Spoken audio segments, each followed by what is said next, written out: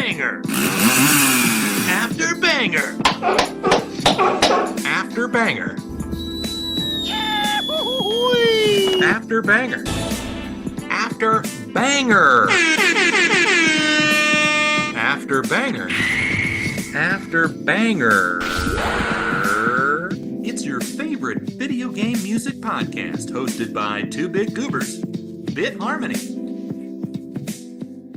You're listening to Bit Harmony, a video game music podcast, and I'm Matt. And I'm Seth. I've stolen my pistol and I'm ready to go. That's a whole thing. I want to talk extensively about the gunsmith and stuff later on. I think that, to me, that's like the most standout, like, individual dialogue in the whole game. But yeah, for sure. Yeah, we're talking about Cave Story today. It feels, this energy in here feels weird right now. We were hanging out in like the what do you call it, the green room longer than we usually do. Yeah, the energy is weird. Also, because like we just did Hypnospace and then Slayer's X like in back-to-back weeks, and now we're doing a third one in a back-to-back week. Things feel really goofy now. So it's good that we're about to talk about this like weird, corrupt fairy tale world where rabbits get turned into murder machines and stuff. It feels appropriate. It does feel appropriate. It feels weirdly and sadly appropriate. I was telling you before we started rolling, I was like, I think this is going to be like the most political season of Bit Harmony, I think, yet. And you know what? I'm happy for it. We'll get there. Which, like, I agree with you, but it's also funny that we're having that conversation about Cave Story, this little unassuming side-scrolling Metroidvania adjacent thing. Again, we'll talk about it a little bit, but on the surface, you would not think that anything political could erupt out of this, and yet, how wrong you would be. Mm-hmm. But before any of that, our intro to this episode is Labyrinth Fight from the remastered Cave Story soundtrack. The original Cave Story soundtrack was composed by Daisuke Pixel Amaya, and this remastered soundtrack was arranged by dannyb Baranowsky, which I was not aware of until yesterday. To my great shock. I had no idea.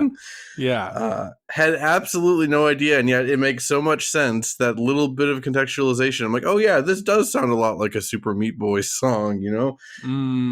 So again, that is Labyrinth Fight from the remastered Cave Story soundtrack, and we will be back.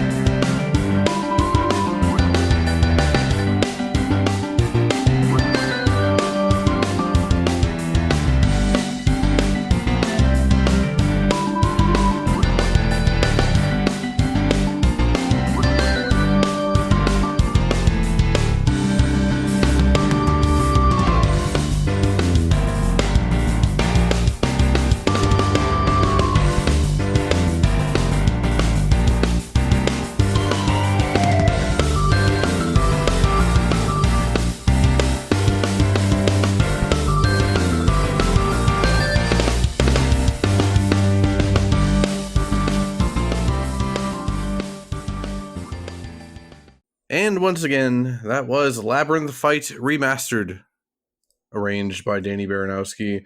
This is from originally Cave Story 3D, which is this weird, like, low poly, early 3D remake of Castlevania, or not Castlevania, on Cave Story on the 3DS.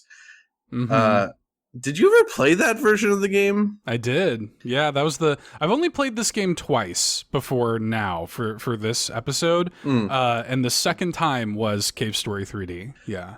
I have probably played this game more than a dozen times in my life, and I think I have played all versions of it, but I really don't remember almost anything about 3D, but I guess we'll save that for a little bit. But yeah, Danny Baranowsky, arranged this whole remastered soundtrack, and now on all the modern versions of Cave Story, called Cave Story Plus, you can play with the original soundtrack, the WiiWare soundtrack, and this remastered soundtrack.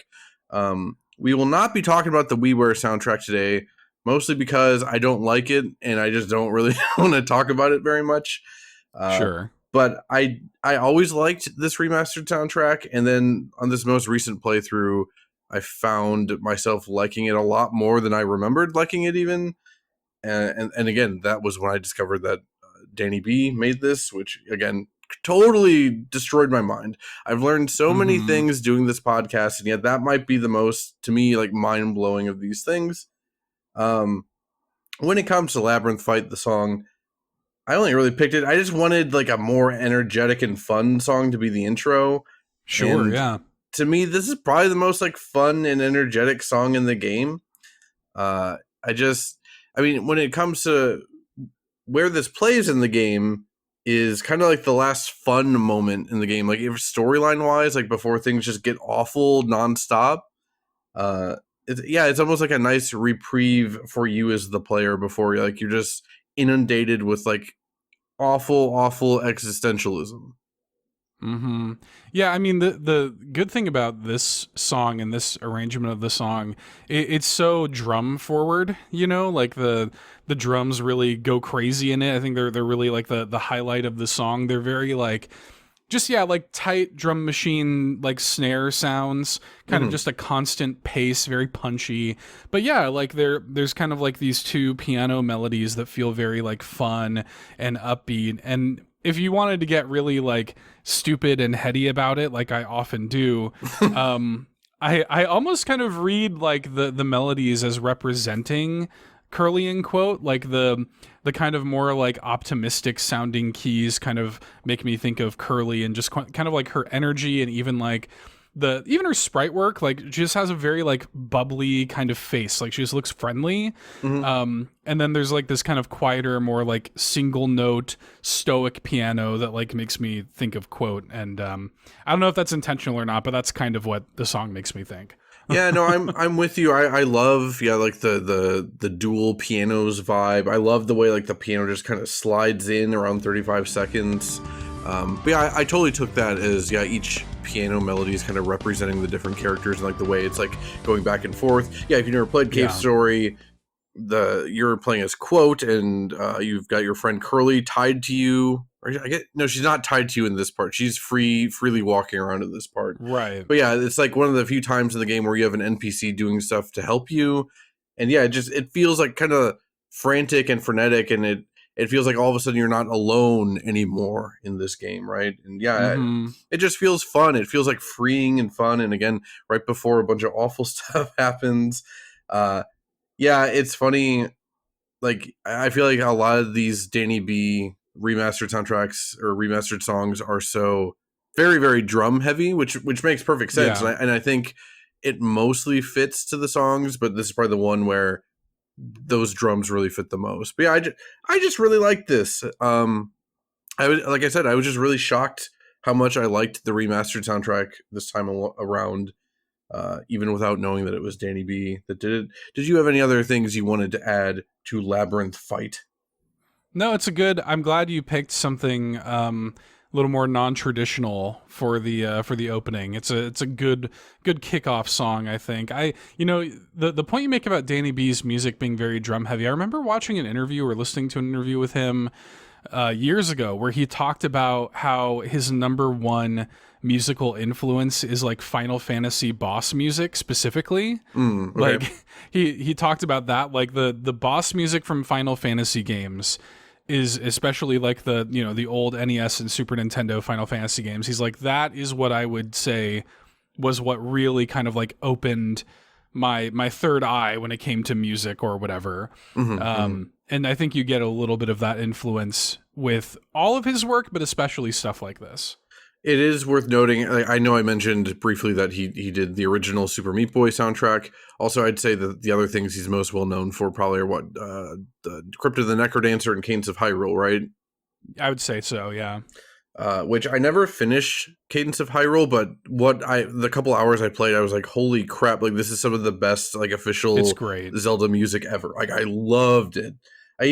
Last year I was like about to re-download it, but I got busy with other stuff. But I should make time for it. That would probably be a good Bit Harmony episode if we really want to do a Zelda one. Now that I think about it, I'm going to pencil that in. I'd be way more into that than a lot of other like more traditional and boring Zelda episodes. I'd be into that. I would say, yeah, definitely that. Binding of Isaac also, he's really well known for, yeah. But totally forgot that he did Binding of Isaac also. Yeah, he's pretty great. The fact that he was able to do a Zelda soundtrack for like an official product is kind of incredible. And yeah, you should at least check out the Cadence of Hyrule soundtrack if nothing else. With that said, let's get into the general housekeeping. Looks like we have no reviews or comments, correct? No Uncrustables warring going on this time. Not in the comments or the reviews, just in the Discord, where that whole conversation really took on a life of its own very late into the night. For some reason. I don't know why that happened, but yeah, y'all should leave reviews if you like the show. That is a great and free way to support what we do. Leaving your 5-star reviews on iTunes or Spotify or whatever. Or yeah, if you comment on the episode, Spotify does let you comment on individual episodes, and we like to shout those out too. So we really appreciate people who do that. It's great for visibility, and again, it's free. So yeah, just do that if you haven't already. Just do it. What's the big deal? Just do it. Just do it. Did you have any thoughts on the Hypnospace Outlaw and Slayer's X episodes of Bit Harmony? Yeah, I'm really proud of both of those episodes. I think I think those are two of the best we've ever done. Both in terms, I think Hypnospace Outlaw might be my new kind of one of my new go-tos. Like it used to be like Tetris Effect would be one of my go-tos. Whenever I would recommend people. I think Hypnospace Outlaw is in that in the chamber for one of those for me, because it to me, like both of those episodes to me not only showcased like great and varied music, but really got into the heart of what the show is for me, which is like not just highlighting and talking about games that deserve more of a spotlight and soundtracks that deserve more of a spotlight, but also like what they mean to us personally, and also getting to like kind of communicate a larger message that is like important to us. And I think both of those episodes did that really well, like with the Hypnospace episode kind of getting into the like weaponization of like the internet and information and like corporate, mumbo jumbo, and like Slayer's X kind of being about like kind of not holding too hard onto your nostalgia. I'm just really proud of the way both of those episodes turned out. So I hope people enjoyed them too. Yeah, proud is the exact word I had in mind. And I'm pretty self-loathing. I'm sure I've made that clear in this podcast many, many times before. But yeah, like I have enjoyed making the show the entire time. This is the 24th episode, I believe. I guess 25th if you count Bit Harmony on Slayer's X. It's not that I don't take pride in all of it, but yeah, there's something about both of these episodes, like even taking them together as like a pair. I was very proud of like how Slayer's X really felt like an addendum episode to Hypnospace Outlaw, which was exactly what I wanted in this case. Yeah, right. I didn't want it to feel too standalone, but I also wanted it to feel standalone that you could just listen to it, Yeah, I'm very proud of both these episodes. I think, these two, like the best we've done in a while, personally, I think. But yeah, I'm glad we always tend to have the same favorites and the same thoughts. I'm like, oh, we did pretty good here. So I'm glad that continues. Speaking of us being on the same page, let's get into the state of the Nintendo Music Address.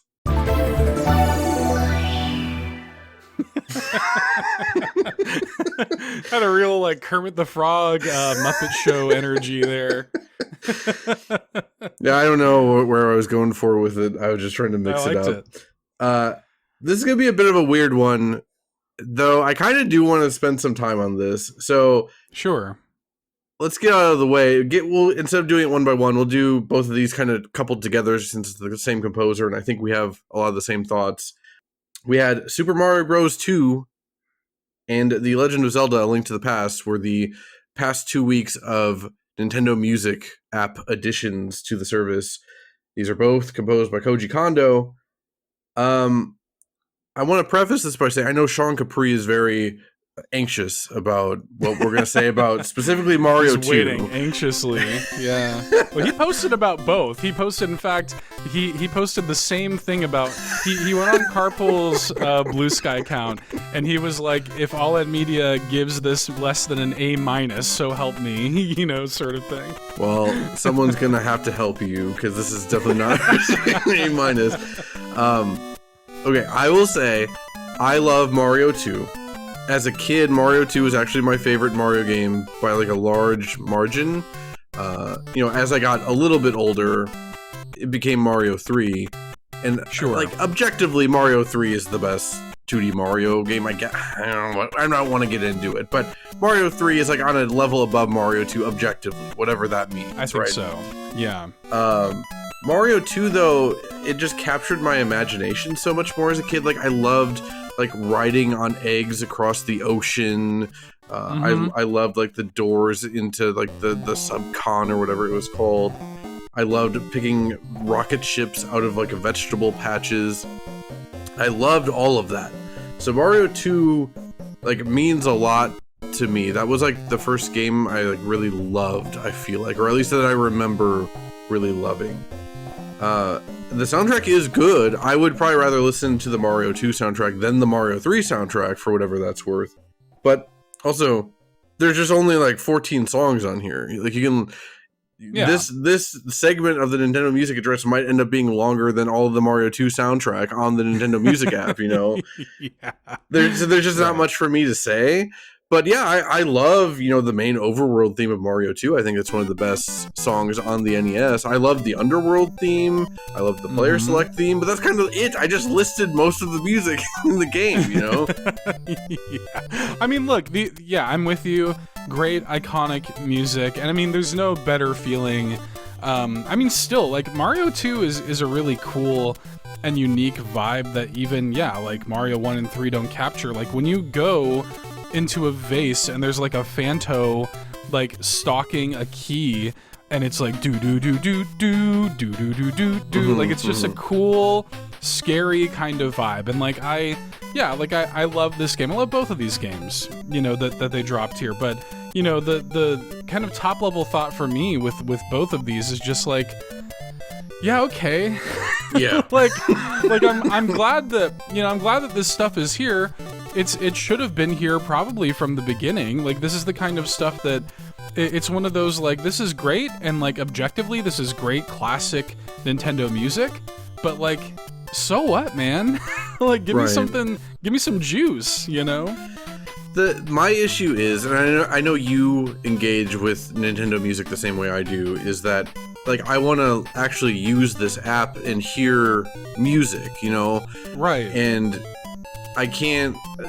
I don't want to do the dishes while listening to the Link to the Past soundtrack. I don't really want to do anything while listening to the Link to the Past soundtrack except playing Link to the Past. There's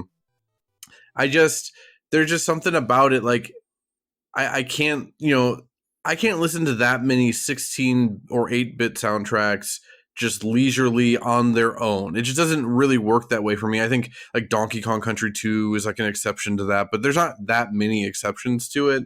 And these are definitely not exceptions to that. Sure. I like Link to the Past a lot. I think the soundtrack is great while I'm playing the game, but another thing with like Zelda and Mario, but in particular Zelda games, like, I think Kakariko Village, this Link to the Past is the first time they had Kakariko Village music in the game, but they have Kakariko Village in like every Zelda game. So I've heard Kakariko Village a billion times with way different instrumentation and way more depth to the music, Like I don't really want to listen to the Super Nintendo version of Kakariko Village, even if it is good, Right. Well, there's another layer of it too, where because this is like Super Nintendo sound font stuff, like hearing it in ultra high quality, like FLAC, like super like high quality, that whatever they uploaded to the Nintendo Music app, like it kind of sounds worse, like in a lot of instances where I'm listening to the A Link to the Past soundtrack with like my nice headphones on my phone and stuff, and like I'm like, man, this sounds better when it's coming out of TV speakers. Right. Like it just does, because they designed around that. Like they designed around the limitations of the hardware and what was available at the time. They were not thinking about, one day we're going to upload this music to an uncompressed format in a smartphone app. You know what I mean? Mm-hmm. Which is, again, it's all fine. This is great and classic music, but it's not the kind of thing, like I'm not throwing any of these on any of my NSO playlists or anything like that.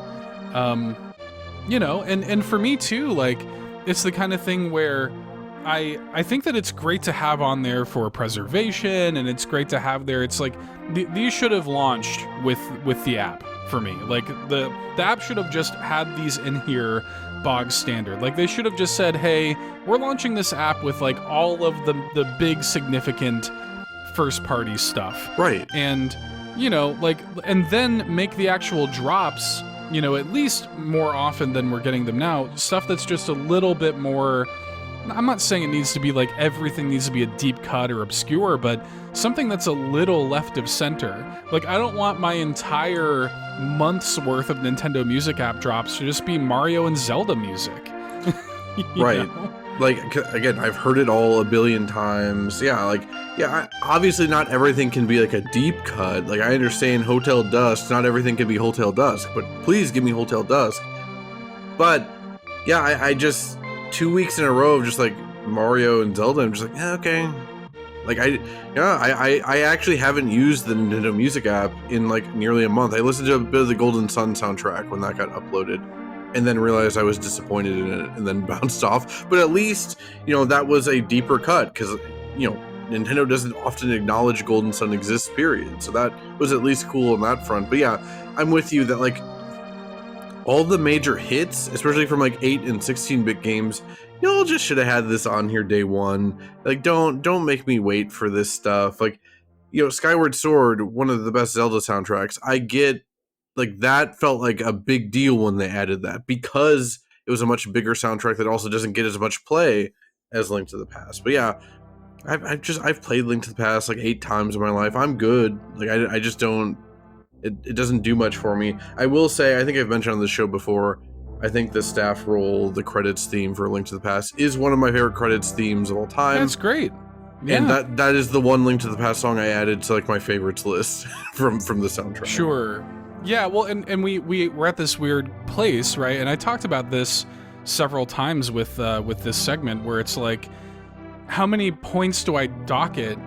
Because like these are like great, great classic video game soundtracks, but like at a certain point, like I have to almost illustrate my frustration in like wanting more. So like if to reveal my letter grade, if I am a teacher or something, if I'm thinking of this as Nintendo has turned in their paper to me, at the top of the paper I'm writing B-, try harder.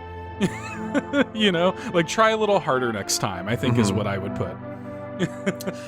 Well, I will say, we are definitely not on the same page on this one. I'm going full on like C- on this. Again, I love both these games, and I do like both these soundtracks. It's just, in the case of Mario 2, there's just not much for me to chew on. In the terms of Link to the Past, I've chewed on it too much. Sure. Yeah. Yeah, sorry, Sean.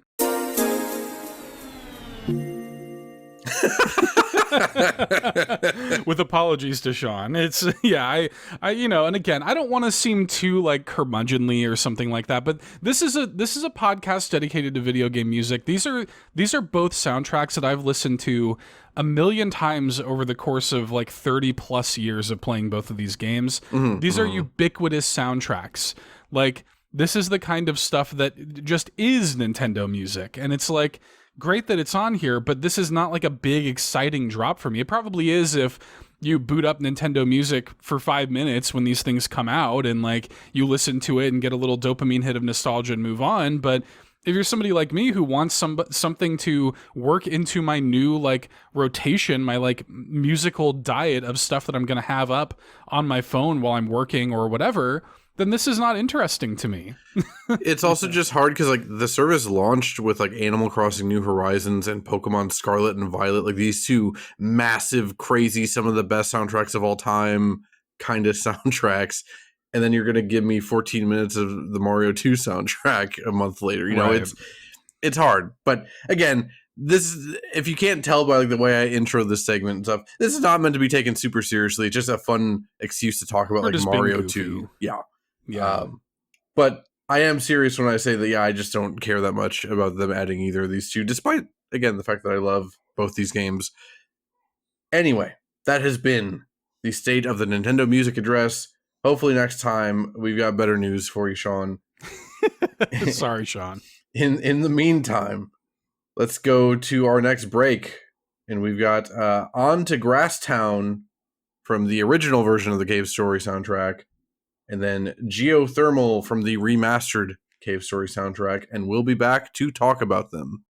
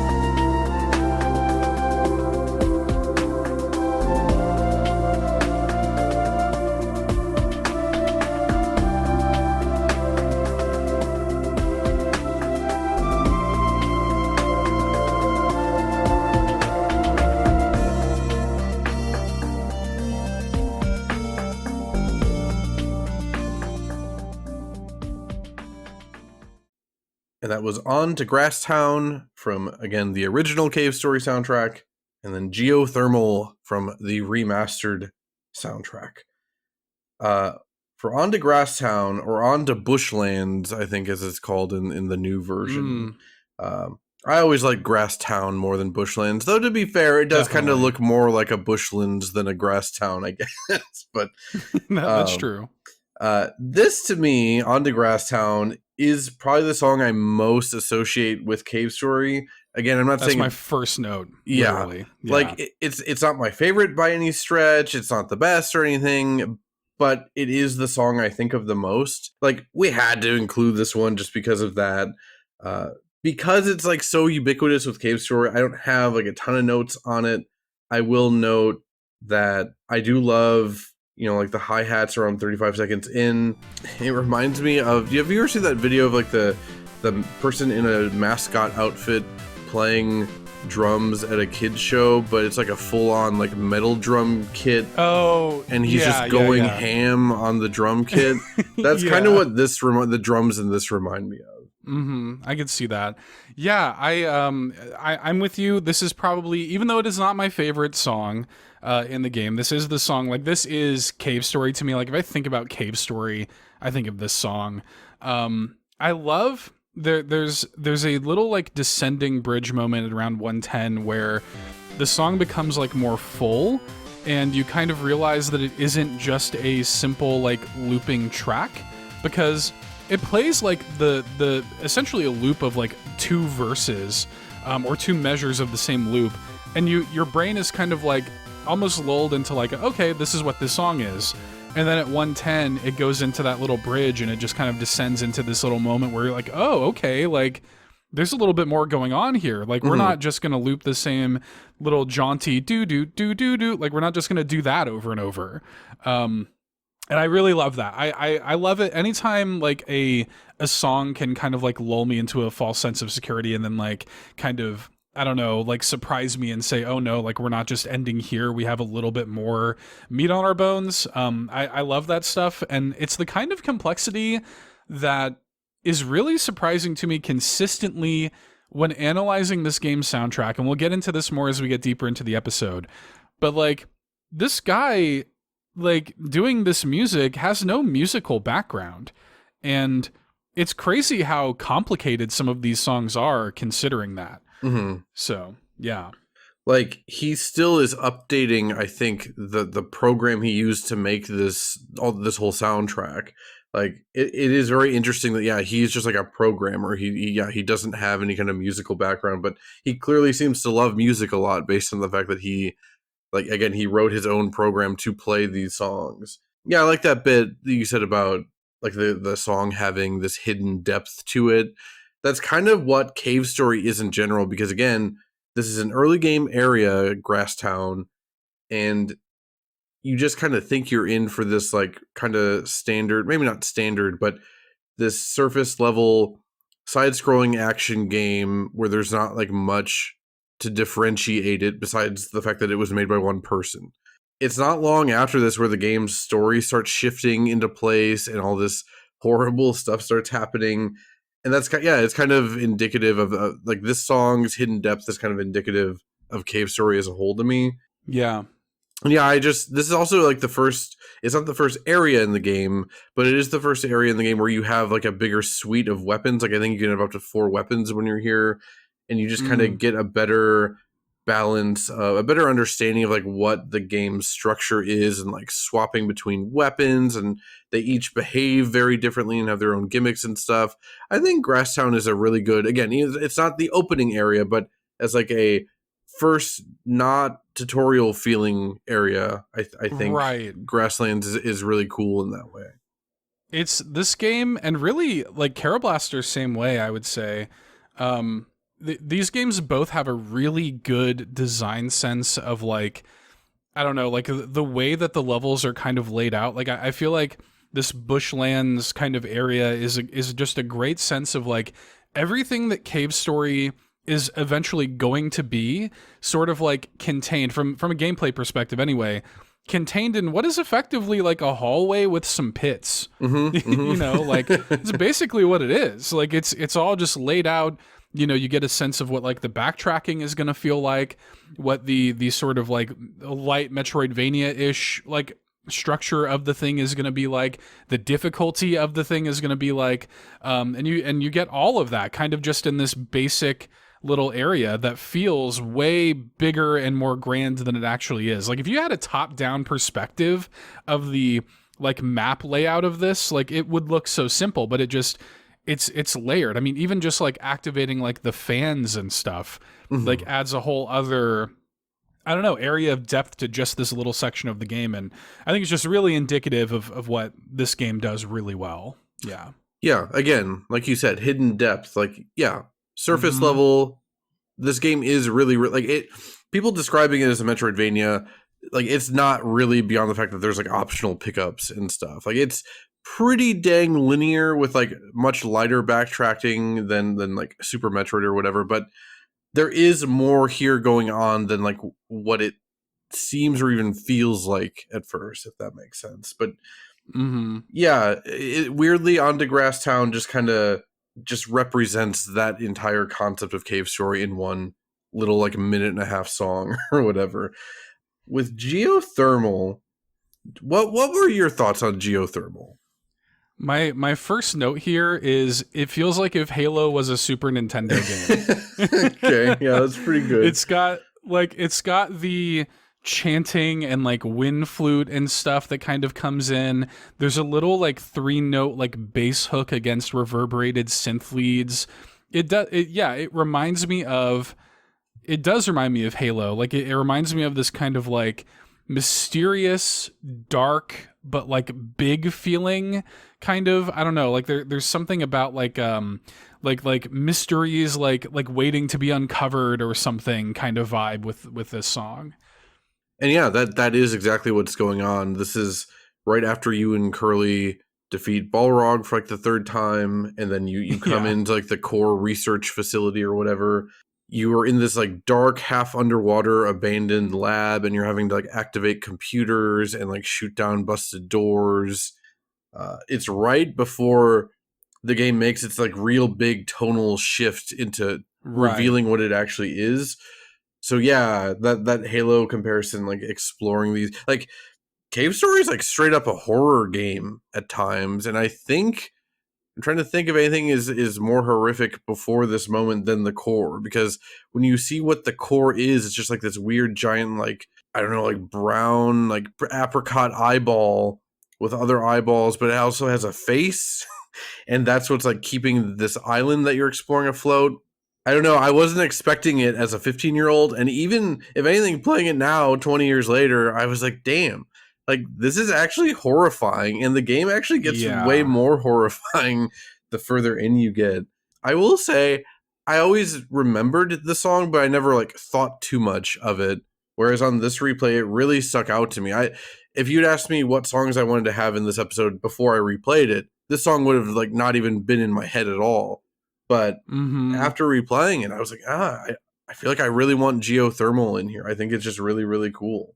Yeah, one of my favorite feelings in like any sort of narrative is like that feeling of when like the world is recontextualized, when you have that moment of like, oh, like now I look at the entire structure of this thing differently. I mean, Halo's a good example. Like in Halo 1, when you're doing like the I think the mission's called like the Silent Cartographer, and you're kind of realizing and you're learning that, spoilers for Halo, I guess, that the Halo ring and everything is meant to be this sort of like mass extinction trigger event to wipe out this like flood, parasitic like flood species that is set to take over the Halo ring itself. And it almost gives you this like sinking feeling, this kind of like there are moments in Cave Story that make me feel sick to my stomach, you know, because it just makes you think about like the reality and uncovering these like horrible truths about what the world is. And I don't know, that feeling is somehow captured in this song. Yeah, it really is. I don't know, it's just so cool that like I have the song that plays immediately before the boss fight here, Geothermal, and later on in the episode we have the song that plays immediately after the boss fight, and like without getting too into spoilers, that's like a big loss for you. Like, Yeah. but it's a different kind of like sound, like in that song. Like this is more mysterious. You don't know what you're about to face, and that other song is very like, yeah, your adventure might be kind of over right now, and you're just kind of drifting.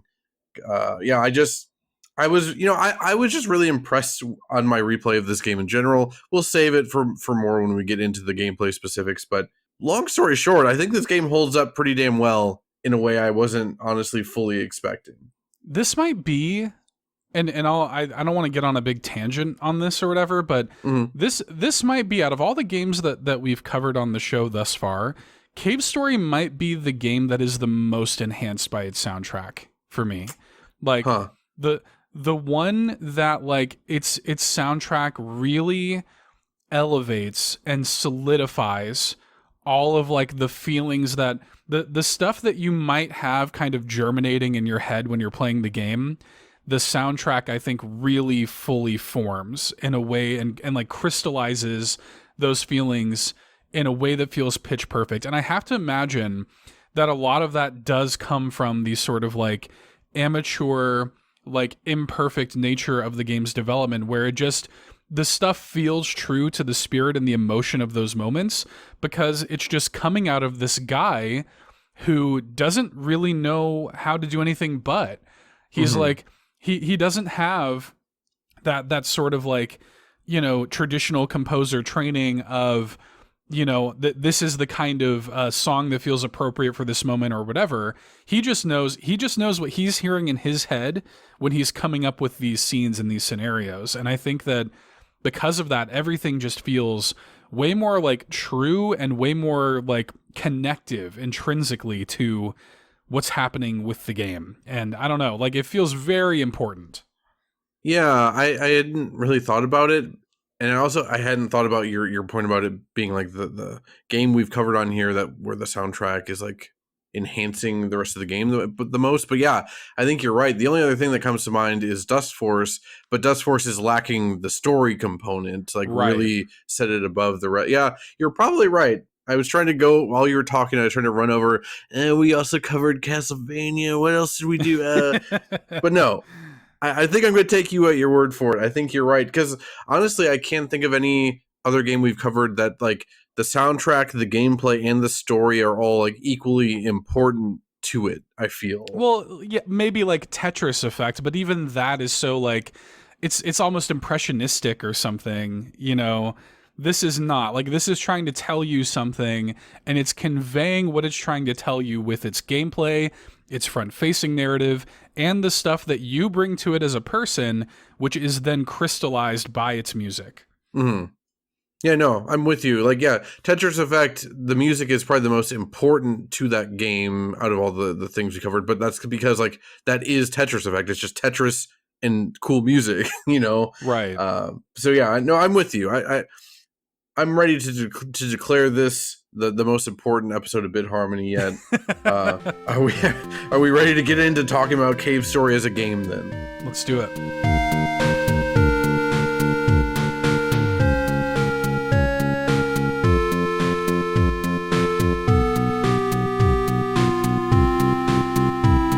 So Cave Story then was originally released in 2004 as a freeware game for PC, and if you were born after 2000, freeware just means free software. You didn't have to pay for it. Imagine that in this day and age. It is classified, as we said before, as a side-scrolling Metroidvania. Again, I'm going to save some of this till we get to the next section of the show. I don't fully agree with that. I get where people are coming from, and I get what people mean. And obviously, he was inspired by like Super Metroid and stuff. But to me, it's kind of more of like a shmup in a lot of ways, especially with how the weapon upgrades are handled. And when I say he, we're talking about Daisuke Pixel Amaya, who solo developed everything in this game as far as I'm aware. He made the engine, he made the graphics, he made the music, he designed the game and the stages and everything. Wrote it all. And you might not, again, when you look at this game and you hear us talking about it, you might not realize there's a lot of text in this game. Like, not like a ton, but there was way more text in this game than I was expecting when I first played it 20 years ago. But I mean that in a good way, because I think part of the reason this game has endured and has stood the test of time is how good the story actually is. Also important, maybe Cave Story's biggest, I shouldn't even say maybe, it is Cave Story's like most important legacy thing, I guess, is that it's kind of viewed as the catalyst of modern indie game development. Yeah. You have to put yourself back in the late 2000s and like that era of the internet and game design to understand what that means and why it's a big deal. But like for one, when Cave Story came out in 2004, YouTube didn't exist yet. Like video sharing on the internet just wasn't anywhere near the level it is now. People were just spreading the word about this cool little free game through like instant messaging and blogs and stuff. Where did you first hear about Cave Story? So, this is a little bit of a funny story. I used to listen to a podcast called NoobTube. Okay. Which, don't go look it up. It's not good anymore. Okay. I sometimes go back and I get like nostalgic and I go back and listen to old episodes, and within like 5 minutes I'm like, ooh, this doesn't hold up. This is kind of tough. But I used to be into it kind of in this era, like early to mid 2000s and stuff. Really, when I was kind of first getting into podcasts and listening to podcasts, it was probably like kind of 2005, 2006, like that kind of Wii DS kind of era.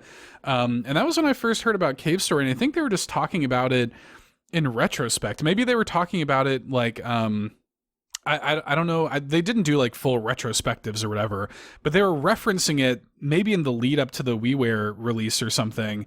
And that was when I first kind of learned what it was. And I didn't play it on PC, because it was imminent on WiiWare at the time. And so it's like, well, I'll just wait for that. And that was when I first played Cave Story, actually, was with the WiiWare version of the game. And yeah, like I had heard about it before from them, but the WiiWare version was when I really, was when I really kind of sunk my teeth in for the first time. Yeah, I played it, I don't know exactly when, a couple of years after the freeware version came out. I would estimate around 2006 is probably when I played it. I don't know exactly where I had definitely heard the name, but I think specifically a friend that was also playing it IM'd me and was like, hey, have you heard of this? I think you would like it. And I downloaded it. And indeed, I did like Cave Story. Kind of at the time, it shot up like my favorite games of all time list. And it's like, even probably 10 years ago, if you'd asked me to name my favorite games of all time, this probably would have shown up in the top 20, I would imagine. Just viewing it as its own, viewing it removed from how important it is to the modern game development era, like it's just a really good game on its own. Again, we'll talk about that later. As Seth said, this was later eventually ported to all kinds of different places, though weirdly only other PC places and Nintendo places. I was shocked to find out that this never came out on any PlayStation or Xbox. That is weird. Yeah. It's very, very weird. I don't know why. I would buy it on PlayStation again just for the trophies, honestly. But yeah, as Seth mentioned, this did come to WiiWare in 2010 with redone graphics, new music, and it was retranslated. Also included a bunch of new like modes and stuff. I believe there was a boss rush mode. To me, the most significant thing they added was like an entirely new scenario. I think it was called Wind Fortress, that was cut from the original release. Oh, I didn't know that. Okay. Apparently, from what I was able to read, apparently Pixel said it was too dark for the original release, which they're like growing clones of Curly, and it's kind of weird and just I can kind of see what he means. Unsettling. Yeah, though again, the whole back half of the game is pretty unsettling, so it's interesting that this is what he deemed as going too far. Later on, the original game was ported to DSiWare. Do you remember DSiWare, anyone? Oh, yeah. I did own a DSi, and I think I bought like 3 DSiWare games on that thing. I will say, the DSi has like my favorite D-pad and buttons of any Nintendo handheld ever. Those things I love that thing. They're the clickiest, most satisfying buttons I've ever pressed without being too stiff. It's a hard balance to reach, but Nintendo killed it. They should just make another DSi kind of thing. In 2011, they released Cave Story Plus on Steam, which it's hard to track this because they kept going back and updating Cave Story Plus as years went on. but my understanding is it basically had everything from the original and the WiiWare releases of it. And I believe that was when you could swap between the old and new graphics. That might have been a WiiWare thing originally. I'm not entirely sure about that. I don't remember. Yeah. Yeah, I bought it on WiiWare. I forgot to mention, when that was announced for coming to WiiWare, that was like one of my immediate most hyped games of all time. But that was in like 2008. And then by the time it came out in 2010, after just a ton of delays, I didn't care that much anymore. I still bought it day one and played it, but it was like, yeah, the hype had left me at that point. And then also in 2011, we had the polygonal remake of the game called Cave Story 3D. Again, this is where the remastered soundtrack by Danny Baranowsky comes from. And again, this remastered soundtrack was later added into Cave Story Plus on Steam, so that you would have 3 separate versions of the soundtrack on there. And that's also the default soundtrack on the Switch version, I believe. And then, yeah, the original game was released once more on the 3DS eShop in 2012. And then in 2017, Cave Story Plus was released on Switch. I believe that was like summer. That was a very early Switch game release. And my memory is that Nicholas was like really going all in on porting stuff to Switch that first like year or so, which obviously ended up being a great call. I think I bought like everything they were putting out. I bought like the physical Binding of Isaac, the physical Cave Story and stuff. We don't need to get into it, but knowing what I know now about Nicholas doesn't exactly feel good. But hey, they were putting out some good stuff on the Switch back in 2017. So we already talked about this, about when and where you first played Cave Story. Like, what were your impressions at the time then as a playing it in 2010 for the first time on WiiWare?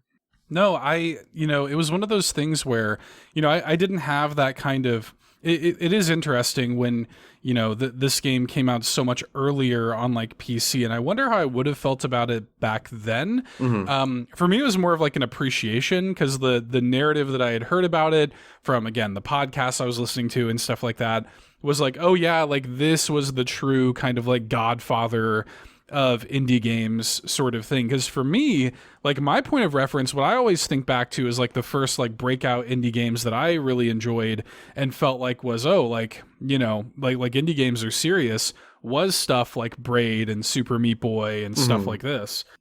So it was kind of cool to learn about this game that was the progenitor to stuff like that, and even influenced a lot of significant indie games, particularly solo developers, to kind of say, hey, like, yeah, this is possible. And so I kind of knew that going into it, and I was surprised at how, I guess, fully formed it still felt. Like when I picked it up on WiiWare, I think it was like $10 or something like that. And 1,000 Wii points, yeah. Yeah, I think it was something like that. And I remember kind of expecting it to be more simplistic than it was. Like it was shockingly it was first of all more difficult than I expected it to be. It was more like there was more depth to it than I expected there to be. It was longer than I expected it to be, at least back then. And it was like more, I guess, design-wise, a little bit more interesting than I expected it to be. Like, it did not just play like a standard run and gun Mega Man style shooter or something. And I'm sure we'll get into mechanics and stuff later, but like this thing, when you first play it, it's like an incredibly floaty and like punishing game. Like you have to like save at like every save point in the game. Otherwise, you're just going to lose all of your progress and stuff. Like the game really is not holding your hand. And so it felt to me more at home with some of the other stuff, like your, whatever, like your Mega Man 9s and stuff on WiiWare than anything else. Like it really did feel like a sort of new, like a new retro style game or something that felt really good to have on WiiWare. I loved playing it there. It's funny because you mentioned the soundtrack earlier. I don't remember feeling one way or the other about the WiiWare soundtrack. The soundtrack that I always associate with this game is the like remastered stuff from the 3DS version of the game that I also played and also enjoyed. But then I read comments online from people now who like hate the 3D version of the game. So I don't know. I don't know, man. I wish I remembered more about the 3D version because yeah, again, I think I owned every single one of these versions, and I remember like thinking the character models were kind of not great or whatever on the 3DS version, but I remember thinking the soundtrack was pretty good at the time. And again, after doing the prep for this episode, I think it's even better now than I remember it. In fact, if I'm being honest, I kind of prefer the remastered soundtrack overall. Again, that's not to take away anything from the original soundtrack by any means. We're still playing a decent chunk of the original soundtrack, but yeah, just overall, it just feels more full. I get if you are dead set on the chiptune aesthetic and whatever, but hey, it makes sense in a 3D polygonal remake of the game that they would do something a little bit different, you know? Totally. Yeah, I'm with you on like the game is weirdly more punishing than I think it even is intending to be, because when you know what you're doing, you can just zip through this game, and it helps that, you know, Right. I've played this like more than a dozen times in my life. But the problem is the way your gun upgrades work. We didn't talk about this yet, but each of your guns can level up. And the way you do that is when you kill enemies that can drop either hearts or missiles or XP chips. I think that's what they're called. They're these little triangles that bounce all over the ground. They make a very satisfying noise while they're jingling and jangling. And those count as experience for whatever gun you are holding when you pick them up. So your guns generally get stronger when you level them up. There is at least one exception to that, maybe two, depending on how you feel about the sword. When you get hit, the experience goes down. Your gun can de-level, so it's not like a permanent upgrade for the gun. And so like when it's just like a lot of shmups. Like when you're doing well, you're doing amazing. But if you start to mess up, then you're doing horrible because all of a sudden you're doing less damage. Your gun is less powerful. The ultimate example for me is actually, I forget what it's called in the new translation, but the bubbler in the original translation. It's my favorite gun in the game. At level 3, you just hold the fire button down, and it creates bubbles that surround you and like bounce all around you. And then you can let go and it shoots all the bubbles out in whatever direction you're facing. So it can like do the most damage of anything, but it has like basically a charge up time, and also you can't fully control where all your shots are going. But the problem is if you get hit like once while it's maxed out, you just go down a level basically. Obviously in a fight, a boss fight even, you can still get XP chips and get your guns back up, but it's very hard to do. Also, to avoid your gun losing further XP, you might be swapping to another gun real quick and stuff.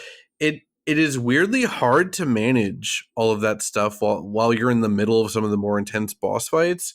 Like you can very easily lose like half your health and the max level on multiple of your guns in just a few seconds if you're not careful. So that, and again, I don't know how intentional that is, because I don't get the sense that this game was meant to be super hard besides like the final dungeon and the optional like hell area. But at the same time, yeah, it does not mess around when it comes to a lot of their boss fights, especially in the back half. I would say like that tank piloted by like a cat, that forward, I think the game can actually be pretty punishing. But yeah, like we said before, from a more general standpoint, the game is classified as a Metroidvania, but again, we already talked about it. It's way more linear than like a Super Metroid or whatever. The stages are almost like, just like Seth said earlier, basically kind of just hallways. You know, sometimes there's like a little bit of verticality, but not much. Even when you're backtracking, you're rarely backtracking between full-on different areas. It's just backtracking within the same area. Like, you know, when you have to go get all the puppies for Jenka in the desert, which, if I'm being honest, that might be like the worst part of the game because you just keep you just keep going the back and forth across the same part of the map like 4 times. The main Metroidvania element for me is that you can pick up heart pickups and that increase your max health, and missile pickups that increase your max missiles. These are all optional. If you want to play the game without picking up any health, go for it. But it almost has like an RPG flavor to it, because what I find more interesting than that stuff is that at multiple points of the game, you can trade your weapons away, or at least certain weapons away. and you get better versions of the weapons. But if you hold on to those weapons and don't trade them right away, you get even better weapons later, but there's no indication of that being the case. This game is very, very built around replayability. It's pretty bite-sized once you like know what you're doing. I did a whole run complete with hell in like less than 4 hours on this replay. That's my kind of game though. I love games that are like short and sweet, but built around replayability because they give you different options. Like the best item in the game, the Booster 2.0, which is a jetpack that lets you go boost in any 8 directions, that's completely missable. Quite easily missable, honestly. I don't know how anyone figured that out without looking something up, back 20 years ago. I do also want to emphasize, too, that the story is way more front-facing than you're probably expecting. The story overall being that you are a robot. You don't even know that you're a robot at first. You find that out within like an hour, right. I think. But you wake up in a cave and there's no real context. You're getting cutscenes of stuff happening to other people, but then you have to go find a gun and break out of this cave. You land in this village, Mamiga Village. Mamigas being these like anthropomorphic rabbit people, and they are having their own crisis. And you're dealing with a witch and her brother that looks like a suitcase, and they're working for a doctor. And it turns out that the doctor is looking for red flowers that will drive the Mamiga rabid and make them insanely strong and unstoppable and uncontrollable, so he can unleash them on the surface world as like his own personal army. Also, yeah, you're on a floating continent in the sky, but you don't know that for a while either. Yeah, I guess that's a pretty good summary now that I think about it, but it's all the little things along the way. There's a lot of characters. A lot of them are very, very memorable, even like side characters that don't get to speak much. Like the character portraits are very cute. I know you love, what's her name? Tadaro something? Oh, Toriko? Toriko. Yeah. She's extremely cute, and what happens to her is an abomination, but she only gets like 3 lines of dialogue too, But the fact that the game makes you feel for her in that way, with just simple dialogue and a couple character portraits, it's pretty remarkable. We've talked about that multiple times, but what Cave Story was doing when it comes to it as an indie game is already remarkable, but also a game that is generally more gameplay focused, but is also telling the story, is pretty damn remarkable to me. Yeah. Yeah. I have a lot I want to say about that element of the game. I don't know how deep we should get into it now, but I will say, I guess, just to piggyback off of some of what you were saying there, without getting too deep into the weeds on this, which this game has a lot to say. This game has a lot of different themes, a lot of themes of like war and the nature of war and the ways in which people can be demonized and made into villains, and that sort of weaponization of like perception and the way that is turned against people, and stuff that hits me, way harder today in 2025 than it did certainly back on the Wii. But there's a big theme, I think, in terms of gameplay. Another big theme that I take away from Cave Story is a theme of perseverance. A theme of like persevering against the like cyclical nature of oppression. How oppression cannot be stopped without getting to its root. How there is no easy way out of oppression, and how it does require for anybody who wants to make an active change to persevere against that force. And in a way, as punishing as the gameplay can sometimes be on paper, even though I agree with you, I don't think that they were kind of considering this to be one. I don't think they were designing it thinking that way. I think they were designing it with a lot of the sort of, NES kind of corollaries and stuff that they had kind of cut their teeth on growing up. And, I think they're envisioning this as like their send up of, old school game design, or what we would call now old school game design, which is punishing by modern standards. But anyway, I think that stuff like that, stuff like the save states of the world, like in one of the first areas of the game, there's just like in the egg corridor, there's just like a one hit kill dude that just like zips around on the bottom of the stage, and it's like, yeah, dude, like you got to be really careful down there, or you're gonna die and you're gonna lose all your progress. And it's not like, you know, in modern games you would die and then you would just like respawn back on the ledge or respawn back in the room. No, dude, you're going back to your last save point, and like you better get used to it. You know what I mean? And even like like you were talking about the way that the weapons and the weapon upgrades work, it's like, yeah, like that, it's annoying and it's kind of a lot, and it's kind of a lot to deal with, but like you're gonna have to. You're like, if you want to accomplish what you want to accomplish, that's what it takes. And the game kind of expresses that in its gameplay as well as its story, I think. And even like some of the more, you know, stuff that you would consider like a video game development, you know, design faux pas, these little things like getting the true ending of this game requires you to do some truly like obtuse stuff that like mostly like most players will not find on their own.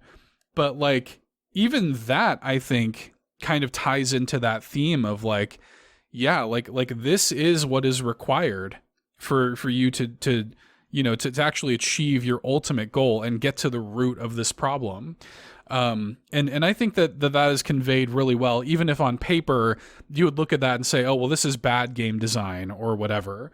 I think the only actual game design sin that they commit here is that the weapon system is actually kind of interesting, but they don't do super interesting things with it.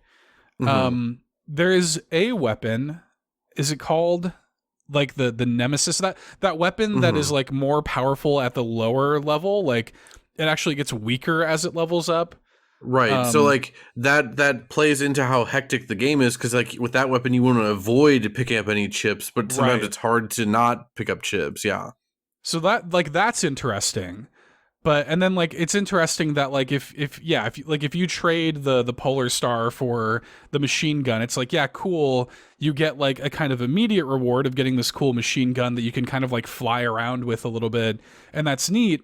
But like you don't get the best weapon in the game later on when you bring it back to the gunsmith, and you know, so there's all that kind of stuff in there too that is interesting. But I kind of, if I had any sort of like mechanical complaint, I do kind of wish they had gone a little further with that, because I think that a lot of them are interesting, and I think that there's a lot of interesting things that you can do there. But anyway, that's just a long-winded way of me saying that I think that this game does a really good job of conveying this theme of like perseverance against depression through its gameplay too. Yeah, no, I'm with you, and yeah, I do wish they did more interesting things with the guns and the level. Like most of the guns are just like a straight like forward progression. Like level 3 is better than level 1. There's no need to think about it. I think the only other exception I can think of is the sword. Like the sword at full level 3 is still really good, and it has different properties. Like when you first have the sword at level 1 and 2, you're just throwing out like this blade basically. And then level 2, the blade doesn't go as far, but it's way stronger. Level 3, like you get the ghost of king that like does a whole bunch of samurai cuts in front of you. Yeah. Which again is good, but it's not as good as just level 2 sword, just being able to spam that, you know, in terms of like pure DPS. So that was a weapon where there is more complexity going on of thinking about like, oh, do I even want it to be level 3 or not? I would be down for more of that. But yeah, no, I think, yeah, the game does a really good job of giving you incentive to keep pushing, because again, like nothing but bad things happen storyline wise in this game. Yeah.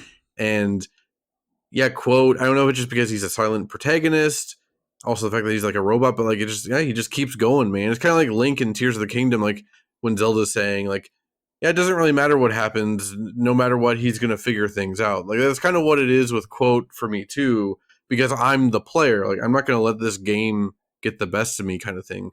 Even if I have to go to the literal depths of hell and fight a punished god that is trying to punish all things beneath him. Like I'm still going to do it because it's a video game, you know, like, well, Yeah, I remember was it last year or the year before when Gunbrella came out? I guess it would have been 2023. Mm-hmm, mm-hmm. We were talking about Gunbrella. I'm a big fan of Gunbrella. I think I like Gunbrella more than anybody else I know. Um, I really enjoyed that game, and I remember we were talking about it, and you had made the point like the game that this reminds me the most of is Cave Story, and admittedly, I didn't think about Cave Story when playing Gunbrella, but once you said that, it kind of clicked into place for me, and I think a big reason for that is because both of these games have that sense of like it I can almost physically feel myself like pushing against like the mass of like enemies, and like I can almost physically feel myself pushing against everything that is like trying to stop me. Like Mm-hmm, mm-hmm. there's such a weird visceral feeling that both of those games give you of like just everything is trying to stop you, and I feel like I'm literally carving my way through it or something. Just like all of the different enemies in this game, and just like pushing your way through the sheer level of obstacle. I don't know, both of those games really captured that feeling, and I hadn't thought about it until you said it. But yeah, like that all I think feeds into, yeah, just perseverance is the word I keep coming back to. It's funny. I think that feeling comes from the fact that like this game straight up feels almost like bullet hell at times. Could be just because I'm playing so much Star of Providence the past couple of weeks, Yeah, but true. it really it has that feeling. And again, like yeah, I've played shmups before where when you get hit, you get punished by lowering your weapon level as well. So yeah, that I find very interesting. And yeah, coming off of this replay, I kind of both want to replay Cave Story again, but go for like a different route and get different weapons, because I haven't done a non-spur route or pole star route in a long Mm-hmm. time. But yeah, I also was thinking about Gunbrella, which yeah, like both structurally and story wise, I think is doing some pretty similar things. But yeah, I never really heard anyone else bring up the Cave Story comparison with that. But yeah, to be fair, I feel like Umbrella got pretty slept on weirdly, despite It the fact that did. it's pretty damn good. I really quite liked it. Also worth mentioning real quick before we talk about Pixel a little bit is that again, when we're talking about like a side-scrolling action platformer, this does not control much like Mega Man or anything like that. Like it is way floatier than you're probably thinking, at least at the start. Like when you hold the jump button down, you hover in the air for quite a while. The game is perfectly designed around this. It's not like a problem. Like enemies kind of move slower than they do in a lot of other games. Same with like their projectiles, and like the platforming sequences are perfectly spaced out for your floatiness. And that's also, it's somewhat accentuated by certain weapons and upgrades. Like say for instance, if you choose to get the machine gun, if you jump and fire beneath you, the machine gun actually like pushes you up, so you kind of get like a makeshift like jetpack there. Right. But then you can get the booster 0.8, I think it's called, which is kind of like a hover pack. But then if you skip that, then you can get the booster 2.0, which all of a sudden the game goes from being like the super floatiest action platformer of all time to all of a sudden the most precise platformer I've ever played in my life. Like the way you're able to just boost anywhere you want in 8 directions is so satisfying, and it's such a shame that you don't get to do that much with it by the time you get it in the game. It Right. feels like there should be like a whole like extra 25% of the game that lets you play around with the booster 2.0. And to be fair, they did add like 2 new areas, not areas but modes in like the WiiWare or Plus version of the game, where again the Wind Fortress, I think you have the jet booster there, and then I Yeah. think there's like a Nemesis challenge where you have to get through with I think just the Nemesis, and I think you also have the booster there. So that is a cool thing that they added in the re-releases of the games, and that make them worthwhile even if you've played the original Cave Story a billion times. Look, if you've played the original Cave Story countless times and you don't own Plus on Steam, I don't really know what you're doing. Like, just do it. Like, there's just a bunch more content there. Real quick, let's talk a little bit about Pixel before we take our next break. As a game developer, Pixel hasn't really worked on that much, publicly at least, since the release of Cave Story. The biggest release has definitely been Caro Blaster since Cave Story, Yes. which I played it once, back again like a decade ago. I don't remember a ton about it beyond that. It's like a more straightforward shooter. Like it skews like all Metroidvania elements from what I remember. Like it's more of like a level to level based thing. Yeah. Pixel apparently did most of the design on it, besides the actual level design, which was done by Kyoko Kawanaka. And again, I only played this once, but I really liked it at the time. And my main memory is that, like, oh yeah, this is by the dude that did Cave Story. The weapons feel like Cave Story weapons. Your movement feels like Cave Story. It's just straight up Cave Story. Yeah, I love Carol Blaster. Yeah, I'm a big fan of that game. The thing about that game is it was originally designed for like phones. Like it's like a mobile game. And it kind of feels like that. Like it does feel like its own thing, but there's way less like meat on the bone than there is in Cave Story. There's less, narrative meat. There's less like, just the sheer scope of it is quite a bit smaller than Cave Story, but not in a bad way. Like if you're looking for something that just like feels good to play, has that same like satisfying design ethos that Cave Story has, Carol Blaster is an easy recommend. Like I really enjoy that game. Also, doesn't it only cost like a few bucks on Switch or something compared to like the $40 that Cave Story costs on Switch? Oh my god, yeah, tell me about it. I actually don't know if Carol Blaster is like a self-published thing. I kind of assume it is. I don't think Nicholas published it on Switch or whatever, but it's a great game. Like I really had a good time with that game. So yeah, y'all should play that. I think I beat it in one sitting when I bought it back 10 years ago, and like that's not a mark against it or anything, but just like how, like I was enjoying it so much I didn't put it down until I'd finished it. Also credited with the story on Night Sky, or at least some of the story in Night Sky, which I did play Night Sky back then. I don't remember on what, maybe my iPad back then. I think it was on 3DS, I think is where I played it. Okay, maybe I did play it on, I distinctly remember it, but I also don't really remember anything about the story. It was, from what I remember, it's a very minimalist game where you're just trying to get like a ball from like one side of the screen to the other, basically. Like, yeah, it's like a puzzle platformer, basically. That's not to say that stories can't be meaningful and still need like thoughtful people to work on them, even if they're minimalist, of course. But it's just interesting that like I saw multiple websites citing Pixel as having worked on Night Sky's story, which I just didn't know. But yeah, that was published by Nicholas, I think. So I guess it makes sense that they had him involved with it in some way. Honestly, the only other really interesting thing that Pixel has been, I don't know, publicly out there about at all recently was they put out a Cave Story 20th anniversary video a couple months ago. That was it was just pretty cute. It was just him. It's like less than a minute of him drawing a picture of Cave Story characters and saying like, thank you for 20 years of this. Like 20 years ago, I was just a programmer working on like printers, like programming printers and stuff. And I've been able to be like a game developer since then because of all of you. So thank you. He does say in that video something about please look forward to future developments on Cave Story. And my interpretation is people were reading way too heavily into that. It just sounded like, it sounds like a cute thing / like maybe they're going to continue to port it to more platforms or whatever. Again, I'm not saying a Cave Story 2 can't happen, of course, but I'm just not reading into it that far. And if I'm being honest, I don't really ever want there to be a Cave Story 2. Again, if there ever is and Pixel's involved with it, yeah, I'll check it out, of course. But I'm pretty okay with it just being a one-off thing that was a huge influence on the entire game industry, you know? Yeah, it's always tough, right? Because like I was saying the exact same things about Spelunky too. Right. You know, yeah, but before that comes out, it's like I never want there to be another Spelunky, and then there was, and it was amazing. So yeah, like I would, if that is what he wants to do, then sure. But like as it stands, like it's such a singular and influential work. Like I'm kind of happy to just let it be its own thing. You know, it's like people were always asking Lin-Manuel Miranda, like, if he would make a follow-up to Hamilton. He's like, how could I? Right. You know what I mean?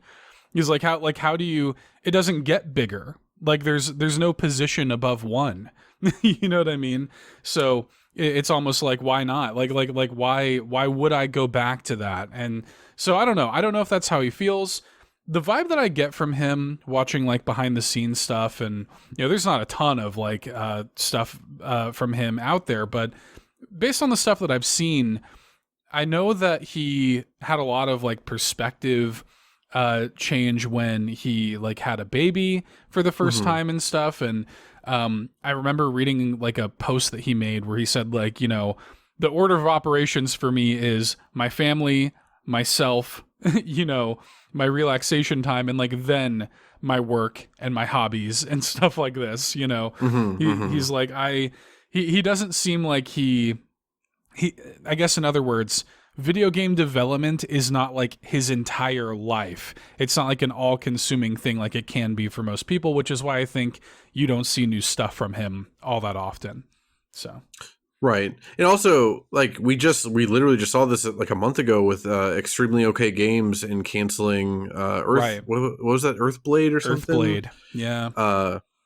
And they openly talked about like, yeah, we didn't think we could properly follow up Celeste in a way that would reach people's expectations, which, right. Yeah, probably. Like, yeah, how do you follow up? Like the amount of pressure on you as a creative person when you're announcing that you're doing a follow-up to one of the best things ever made, the pressure that must create is insane. I would count myself blessed if I ever were put in such a position, but also curse at the same time. Look at Silksong, dude. You Right. know what I mean? Like, yeah, we will play Silksong one day, maybe. But I don't blame him for taking this long to make it, because it's like the weight of that expectation. Like when you get emails from people that say like your game changed my life and this, that, and the other, can't wait for the sequel. It's like, dude, like it must be crippling in some way. Because yeah, you're extraordinarily lucky to make something that reaches people in that way, but how can you how can you follow that up when it means so much to other people? I think the only way you can really go on is to just take a hard left turn and just like make something that you like and almost not care what the reception to it is going to be, which is ultimately what got you where you were in the first place. It's not as if, Cave Story is released for free. Right. He was never in this to make money.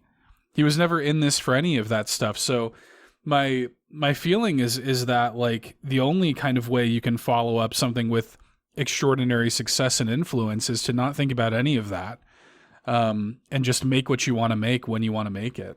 Right. And that's kind of what I feel like Carol Blaster was. Like it was a more scaled down mobile game that still had the charm and feel of Cave Story, but yeah, it was not meant to be a direct like follow up in any way, either gameplay or story wise.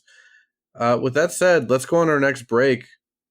We're going to play Last Cave from Cave Story Remastered and Moon Song Outer Wall from the original Cave Story soundtrack.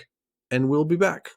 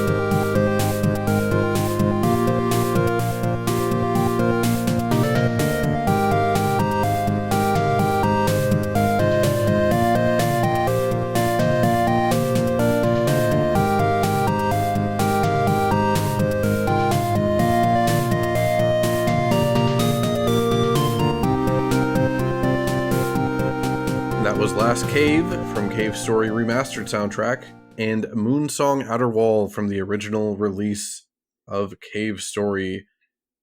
Okay. Much like Geothermal, I don't remember thinking that much about Last Cave, like the original version of it or whatever. I remembered it. It's not like I forgot it existed or whatever. And if I'm honest, I must have never replayed the game with the remastered soundtrack on to this endpoint, because I don't think I've ever heard Last Cave on the remastered soundtrack until now. And I think this might be my favorite song in the game now. I mean, yeah, I don't know, man. Like, it just feels like right away it's about to slap you in the face. Just something about those like drums right off the rip. It's just so funky. Mm-hmm. I mean, like, this thing having a horn lead kind of guarantees that it's going to be a standout track, and especially, you know, we did it has been a little while since we featured horns on this show, and we do have a horn boy's reputation to uphold after all. Yeah, I love that stuff. Yeah, I notated the drum build myself, especially at 125. The drums really kind of build and go crazy. There's like a little like minor key like synth harmony that plays in the background. I really love how it almost like trades the lead with the horns. Like, it comes in around 45 seconds, and then at around 115 the horns kind of like fall back and let it come to the foreground. It's really good stuff. And yeah, I think that this is a great example of the remastered soundtrack having just a little bit more like, I guess, fun with the instrumentation and like the stuff that they're doing. It's just a really good example of that stuff. I also love, not only is there a saxophone in here, but like it's super echoey. Like you're in a cave. Right. It sounds like a saxophone is being played in the Last Cave. And also, yeah, it didn't fully get rid of like the chiptune influence either. Like there is still a decent amount of that. To me, this was, like I said, this is like the standout track on this entire replay. Like this instantly like when I got to this point on my replay, I paused the game to go add this to my video game music playlist, because I'm like, no. Like this has to be remembered going forward. I'll also just note that this is maybe the most dannyb song on the remastered soundtrack to me. Like, this sounds like it would have been right at home in like the hospital world of Meat Boy or something. I have almost that exact same note about another song we'll talk about later. Okay. For Moonsong, when I first played the game 20 years ago, I think this part made me cry the first time I got here. Like, again, you have all this horrible stuff happen to you in the story, and then you go back to the egg corridor, and like even more horrible stuff has happened here. It's very disturbing. It's very distressing and bad, but you're still having to play this like shoot 'em up game. And then you get to this point, you come back to where this egg was being ready to be hatched, this dragon egg, where Sue, she wanted to fly off on a dragon to get off the island. Sue's been captured at this point. It's just her brother that came back here and managed to hatch the egg. And then you go outside and you see the outer wall the first time. You see outside caves for the first time, and you're up way high in the air. There's like parallax scrolling clouds behind you. There's a big moon, and Sue's brother's like, hey, we should just get out of here. Like, we're not going to make this anyway. You and I should just leave. And you can select yes, and that gives you like the bad ending of the game. If you select no, then obviously you keep playing. But yeah, just something about saying no, like, no, we're going. Like, I'm finishing this. Like, we have to get up to the doctor. Again, that determination that you're talking about. You're not taking the easy way out, right? Right. Because, like, yeah, if you take the easy way out, then yeah, you see a bad cutscene and you're left with an unsatisfying ending at that point. It's by far my favorite looking area in the game. I think it is the most memorable section of the game for multiple reasons. I think this is probably the most gentle and beautiful song in the game still. I will say that this is like maybe the only instance where I just straight up don't like the remastered version, because like the drum beat is too heavy. Like, again, I like his drums, but it's too much for me in this case. I definitely prefer the original here. from a gameplay point of view, this is like the first part of the game that's like very vertical. Like there's basically no horizontal at all. Like you're moving upwards the entire time. But then also while you're moving upwards, these giant cat ghosts are swooping down on you and throwing little white ghost It's a thingies pain in at the you. ass. Yeah. It's a pain, but also I think those giant cat ghost enemies are extremely cute and like one of my favorite enemy designs in any game ever. Just very, very good. Yeah. Yeah, I mean this for me is the best song in the game. I mean, I just love this song, and these are the two. This song, and then On to Grasstown, which we talked about earlier. These are like the two Cave Story songs for me. And I mean, it does get into the emotion of the game, like you mentioned, that kind of moment in the story, that driving sense of perseverance. I wrote this note down at like 3:00 this morning, and this is a very 3 a.m. Seth coded note, but I get what I'm driving at here. Really, really does feel like something straight out of Mega Man 3, the most sensitive of the Mega Mans. I agree. Out of all the Mega Men out there, Mega Man 3 is the most sensitive. It definitely is the most contemplative, yeah. Yeah, the most sensitive of the Mega Mans. Just made me laugh reading my own notes. But yeah, it does kind of feel Mega Man 3 coded, and yeah, I'm with you. The remastered version is fine. You know, like I like the drums okay. It doesn't kill it for me, but it is a little too much. And yeah, I can't concede. You know, I do like a lot of the remastered versions better than the original versions, but I can't concede this one. The original version is pretty special, man.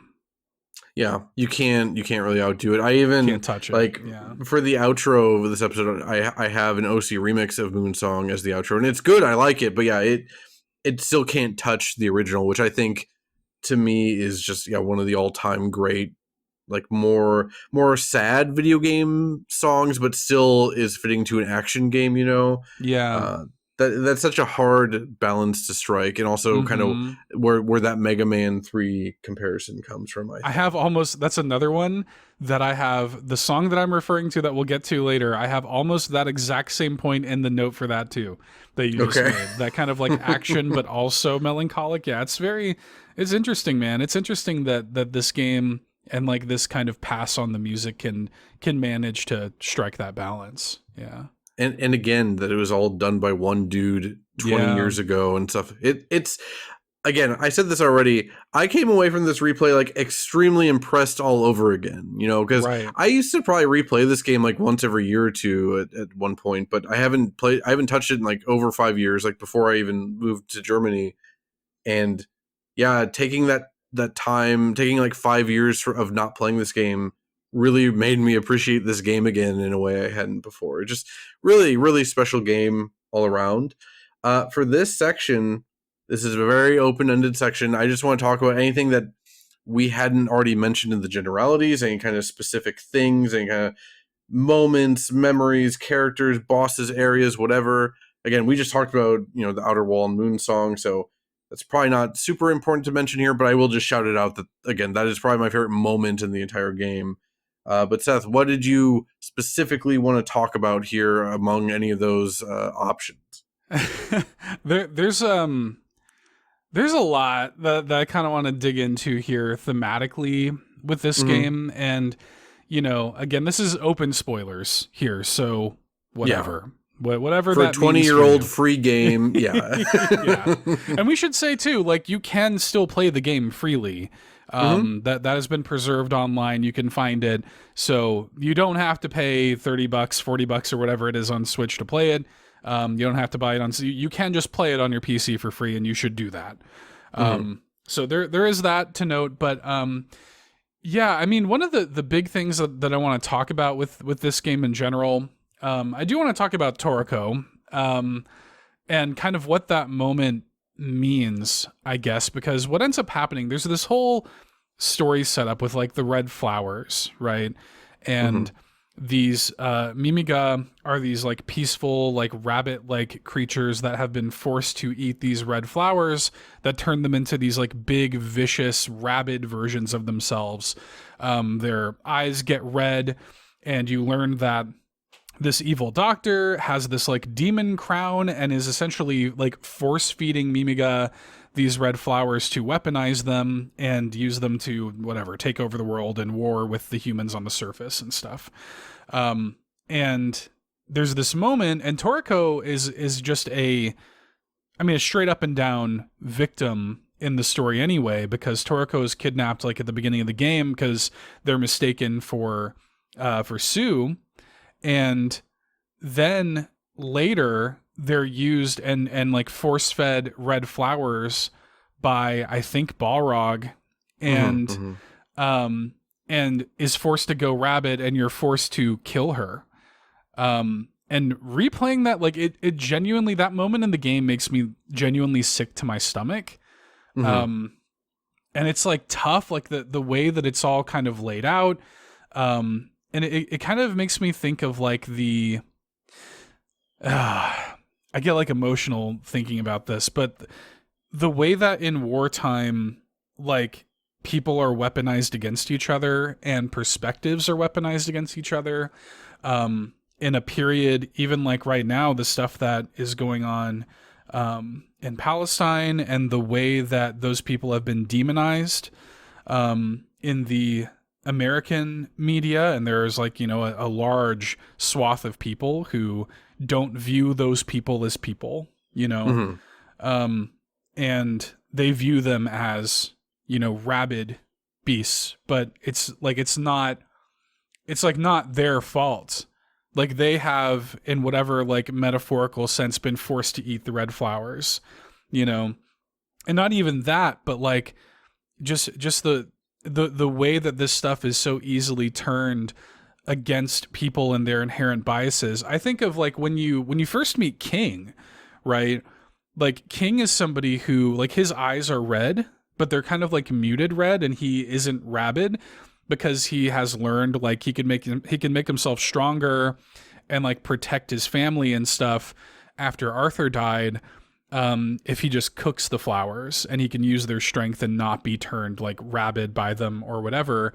But when you first meet King, you see him kind of being mean to like Toriko, and really he's just being overprotective or whatever. But you assume he's like evil when you meet him. Right? He's also got like a scar over his eye and stuff. He looks mean, like, right? Yeah. Like he looks like a bad guy. Like you kind of assume when you first meet him, like, oh, this is like the bad guy of the game. And it like kind of couldn't be further from the truth.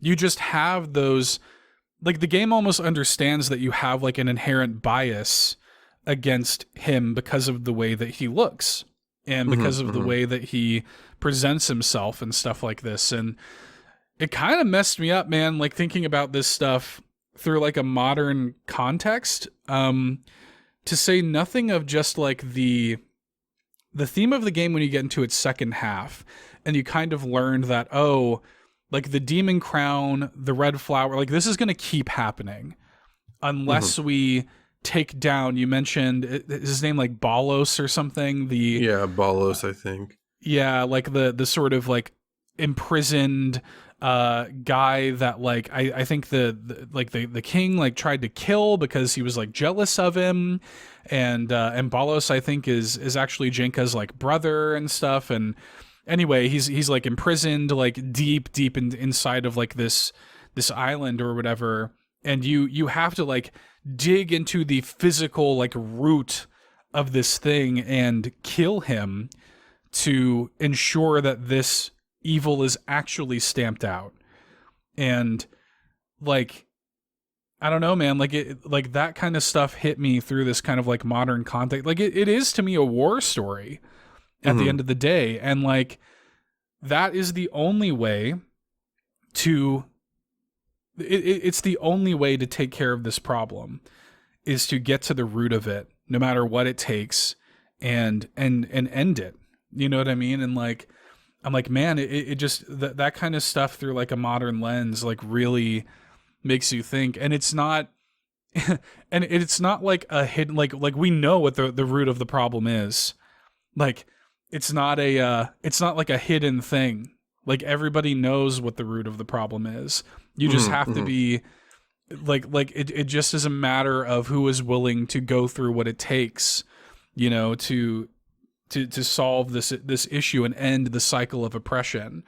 And anyways, that's not that's not meant to say anything more than just through the kind of modern political landscape and all of the emotions and stuff, it just really got me.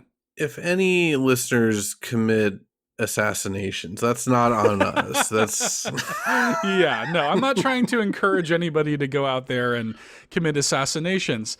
But what I am saying is that, like, you know, like, that is true. Like, that is the uncomfortable truth of the nature of war and, like, the way that oppression works.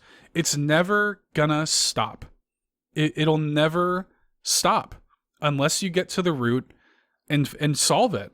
You know what I mean? Like, that is that, you know, I don't know, man. That is what it is. It's a tough nerve to, like, poke at, but that is what this game kind of says. And it's not wrong. And yeah, that stuff just all kind of hit me playing this game. Yeah, no, I'm with you. It's also it is also you know, it's of its era. It is of 2004 in that sense, right? Because not that I would expect Cave Story to be a game that delves into this regardless, but, you know, we are at war, like, every day, even just in America. Not that I'm, you know, I don't live in America right now anyway, but, like, the problem is the war is being waged, like, with information and misinformation and disinformation and blah, blah, blah, blah, blah. And, like, what is the root of that? How do you stop that? Because, like, at this point, there is no stopping it, right? Like, not to come across as a downer, but, like, I don't think there is any way to full on stop that now.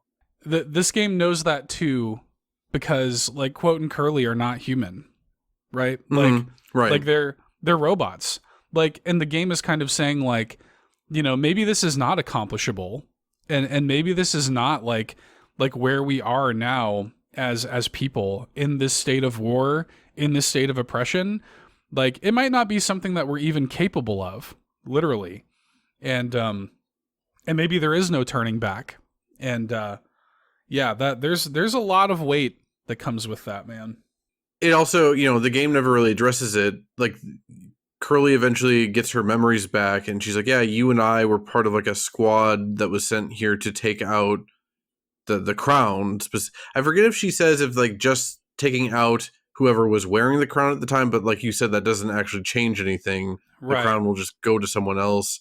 Or if specifically the mission was to take out Balos or whatever is behind the crown. I don't remember what she says, but yeah, you know, there is room for, like, if they wanted to do a Cave Story 2, there is room for, like, yeah, who are these people that made these, like, soldier robots that went to this island to take care of this evil crown? You know, like, that is kind of an interesting setup in its own. But, you know, I'm with you. And I don't want it to make it sound like I think that the world that we live in is irreparable at this point. It's not. I just, like you said, who is going to step up and do things? And then, you know, you also have things like Luigi Mangione, who did step up and did a thing that I think you and I can agree with was a good thing. Maybe not like an objectively good thing, but like it's the not as meaning black and behind white it. as that. Yeah, right. like the meaning like people, behind it is important. Right. People love to look at it as black and white as that. Is like, if you say that Luigi Mangione did something good, then you're saying that somebody dying, but like then that means that you're like some weird like emo kid that loves death or something like that. And it's like, no, but like the symbolism of that is important, and the move that makes is important. And I look at, you know, somebody like Luigi Mangione, and I'm like, that kind of is like somebody like a king in this game or something, where there's an inherent bias, like kind of I guess plastered on him, because he's willing to be the scapegoat, and like he's willing to make that move, and he's willing to be that guy, you know. And like, there are not that many people that are like that out there, and I'm not trying to glaze him too hard or whatever, but I'm just saying that, like, it's, you know, like we live in this world where like there's just not, it feels completely hopeless, and there's not that many people that think they can do anything, you know. And yeah, like there's no like great solution for it. And even just like talking about it here on a podcast is maybe like the best that somebody like you or I could do in a given moment. But I'm, it just you do have to recognize the problem with these systems and the things that are kind of required to stop them. And yeah, this little game, man, from 2004 has me thinking about all that stuff.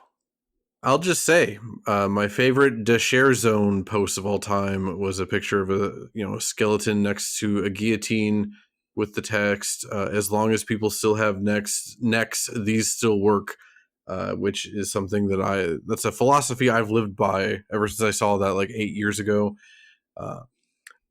I guess to close that subject out, public officials that want the world to be worse for the people around them, they should be scared to go out in public. That should be a non-negotiable part of taking that job. If you are evil and you're doing bad things and you're a public figure, yeah, you should be scared for your life at all times. That's all I'll say about that.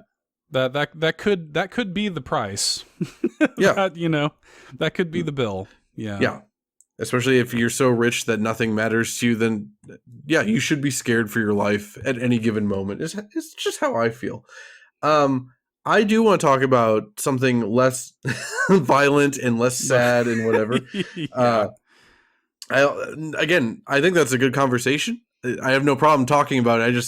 I have something else I want to talk about. I know. Yeah, I'm not trying to be a complete downer, but that was heavy on my mind playing this. Hey, yeah. Among my friend group before you and I were friends, like I was usually the one doing that. So like, to me, I don't view it as it's just a realistic conversation. So I don't mind. But also I do want to talk about this. So you have to skip getting the booster 0.8, which is a weird thing in and of itself. Like any normal player is not going to skip it because like the professor booster like falls down in front of you down this pit. Of course you're going to go check out what's happening with him the first time you're playing this game. But if you skip past him, then a little bit later he develops a stronger version of his booster technology, which is basically a jetpack for you. And only with the booster, maybe you could do it with the machine gun, but I guess you can't trade the pull for the spur at this point. But right, you can get back up to the very cave that you started the game in and go back to the dude whose gun you stole out of his pocket to escape the cave. And he's like, "Hey, where's my gun?" And then if you have it, he takes it back and is kind of mad at you for it. I mean, you stole his gun basically, but he ends up upgrading it for you and giving it back, despite the fact that he was mad at first. And this is the dialogue that the gunsmith gives you when you bring his gun back. "There remains a very delicate balance in this world between those who create and those who will experience the creations of others. I can't say that I wasn't aware of this. However, I had never experienced it. Now, thanks to you, I finally have. As long as there is someone who will appreciate the work involved in creation, the effort is time well spent. To this end, I will continue to create for as long as I can." I remember playing this 20 years ago. Someone who I wasn't making podcasts 20 years ago. And it was like a gut punch, but in a good way. I don't know if that's a thing or maybe there's a better phrase I can use, but because I think this is maybe the first time I ever realized, again, I'm 15 at the time, that like the person who made this video game is speaking directly to me and is basically breaking the fourth wall, and not only that, like, it is very obvious that that's what he's doing, but also like the sentiment is not only so thoughtful, but also like sweet and loving in a way. Mm-hmm. That line of dialogue has stuck with me for 20 years. I look forward to replaying the game every time just to get to this dialogue, because that is something that I have internalized within me and has stuck with me, even though I didn't spend a large chunk of the last 20 years actually making things. But I would hope that it comes through that this is how I feel about making this very show that you're listening to right now. Like, as long as even one person besides me and Seth are listening to this thing, hell, even if it was just me and Seth listening to this thing after the fact, I'd still probably have fun making it. But Yeah, I just wanted to emphasize that, like, yeah, the people experiencing the things that you're creating is what makes the whole endeavor worth doing. Not that it can't be rewarding on its own, of course, but that cycle is really solidified with that piece. And yeah, I just, that is kind of like the spoken word version of how I feel when I work on this podcast every week. Yeah, I think that I view like creation as like some kind of calling to communicate with the people that whatever consume the content, or however you want to phrase that, engage with the thing that you're creating with it, you know, in the most like heady, stupid way. Like it is a conversation with your listener, your viewer, your whatever. And yeah, like I do think that in a way, like in whatever small way, like that is the power that you're given. Like when you're able to create something that can make somebody think of something in a different way, or can make somebody, you know, consider something or look at something within themselves or find something that they can connect to. That I think is its own special ability. That's like its own special power, you know. And one thing with the gunsmith in this game in particular is initially he's like pissed, you know, that like that you stole his gun while he was sleeping. And he like had this belief that like nobody else should use his gun or whatever, other than him. And that's another thing that I find kind of beautiful as a self-insert of Pixel, of like kind of releasing this thing out into the world for free and saying something like that, like, this is what creativity means to me and I give it to you now, is a beautiful sentiment, I think. Yeah, it truly is. Like that changed how I think about things as a teenager, you know. And like I said, it's still something that I try and put forth out into the world, even when I'm doing these silly little podcasts where we're talking about Cave Story and comparing Luigi Mangione to a little rabbit guy with a sword. Yeah, that's so wild. When you say it like that, it's so wild, dude. Yeah. But again, I agree with you. I'm with you. It just, when you break it down, it is very funny that's what happened. Do you have anything else specific you want to shout out? I think we've talked about all the things we had written down here. Yeah, we've talked about a lot. I don't know, in terms of like favorite kind of like areas and stuff, I really like that fish boss. I don't know the name of it. I love that fish boss too. Also, to bring up Star of Providence again, the fish boss there feels a lot like the fish Dude, boss here in Cave Story. Yes, I had that same thought. That completely reminded me of this boss in Cave Story. It has a very similar feeling. That's one of my favorite boss fights in the game. The fight against the core is another. I have not encountered. I haven't done the actual final boss of this game in a while. But I remember that being annoying. And again, I haven't done it in a while, but I remember that being annoying. But I do like that whole area, that kind of like hell area lead up to it. And I like the way that the game kind of like hints at you that there's something more going on. Like as you get deeper into the game, there's like eyeballs like on the walls and stuff like that. And you're like, oh no, like, there's some weird like eldritch junk going on here. Right. You can even find like in the plantation area, you can find the hallway with like at least the trophies, or not the trophies, the statues of like the other crown bearers. And like that, you crash through that area later when you're going through hell. That's such a cool little attention to detail. I love stuff like that. I think the only other area we didn't really talk about is when you come back through the egg corridor, like after like everything bad happened, like the music is different. We are going to play that song, I think, next actually. But like, even just from like a story standpoint, like most of those eggs, they're now destroyed and they had, dragons in them like that. And you see like, there are some dragons that are straight up dead, and then there's others that are like zombified dragons. And it's just sad. Like it's genuinely sad. And well, whatever. We can talk about that after the next break. Before we get to the next break, we have a few voicemails this episode, but we're going to save most of them for later. But we have one voicemail here that was just a thorough glazing of Cave Story, and I figured it would do well to put it here instead of with the other voicemails. Yeah, this is like a perfect, I think, sort of capstone on the Cave Story conversation. So let's hear from a first-time caller, I think. So yeah, let's hear from them. Hey, this is Nathan, I guess otherwise known as Floor's Dragon, calling in to say some stuff about Cave Story. Cave Story is a really special game. It's one of my comfort games. I replay it pretty often, especially for a guy who doesn't replay games very often. The game has really it's a great mix. There's a great homey feel to it in like half the game, and the other half is just like horrific. And one of the things that makes the game so good is obviously the soundtrack. There's such a variety to it. Obviously you have like in the Amiga Village theme, which just has a great homey feel to it, a comfortable theme.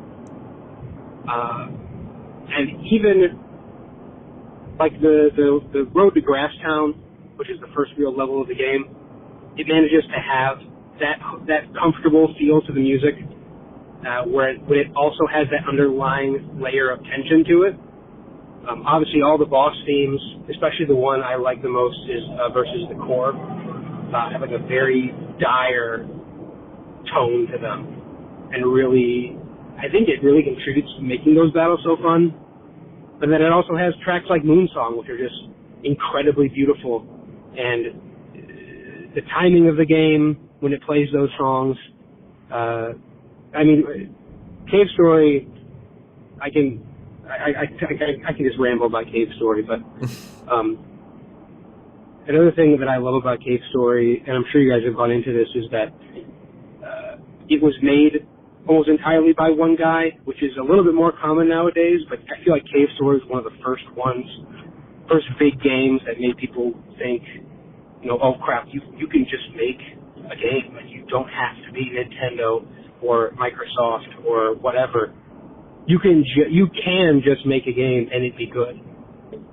So I've always seen Cave Story as like one of the godfathers of the indie game scene, which is obviously now humongous. And so I give it a lot of respect for that. I think it's a big piece of history. And it's just fun. It has a lot of replay value. Mm-hmm. So I'm not sure if I've contributed anything unique to this conversation, but one thing that's really not relevant in 2025 is I really wanted Quote to be in Smash. Super easy moveset would have been a great nod to all indie games. But that obviously didn't happen. But great show. I'm a big fan. So yeah, keep up the good work, you guys. Bye. Well, thank you for calling in with that first-time voicemail. Yeah, thanks. I will also note it was like directly on the mark 3 minutes. I don't know if that was just a fortunate timing or it was literally on the dot 3 minutes. I was very worried. I thought he got cut off or something before I listened to it. So I was proud that he got a lot out there in 3 minutes. You might say Floor's Dragon was far more succinct in summing up why Cave Story is good than we were. Yeah, he posted in the Discord like, "Oh, sorry, my voicemail is rambling." I'm like, have you listened to the show?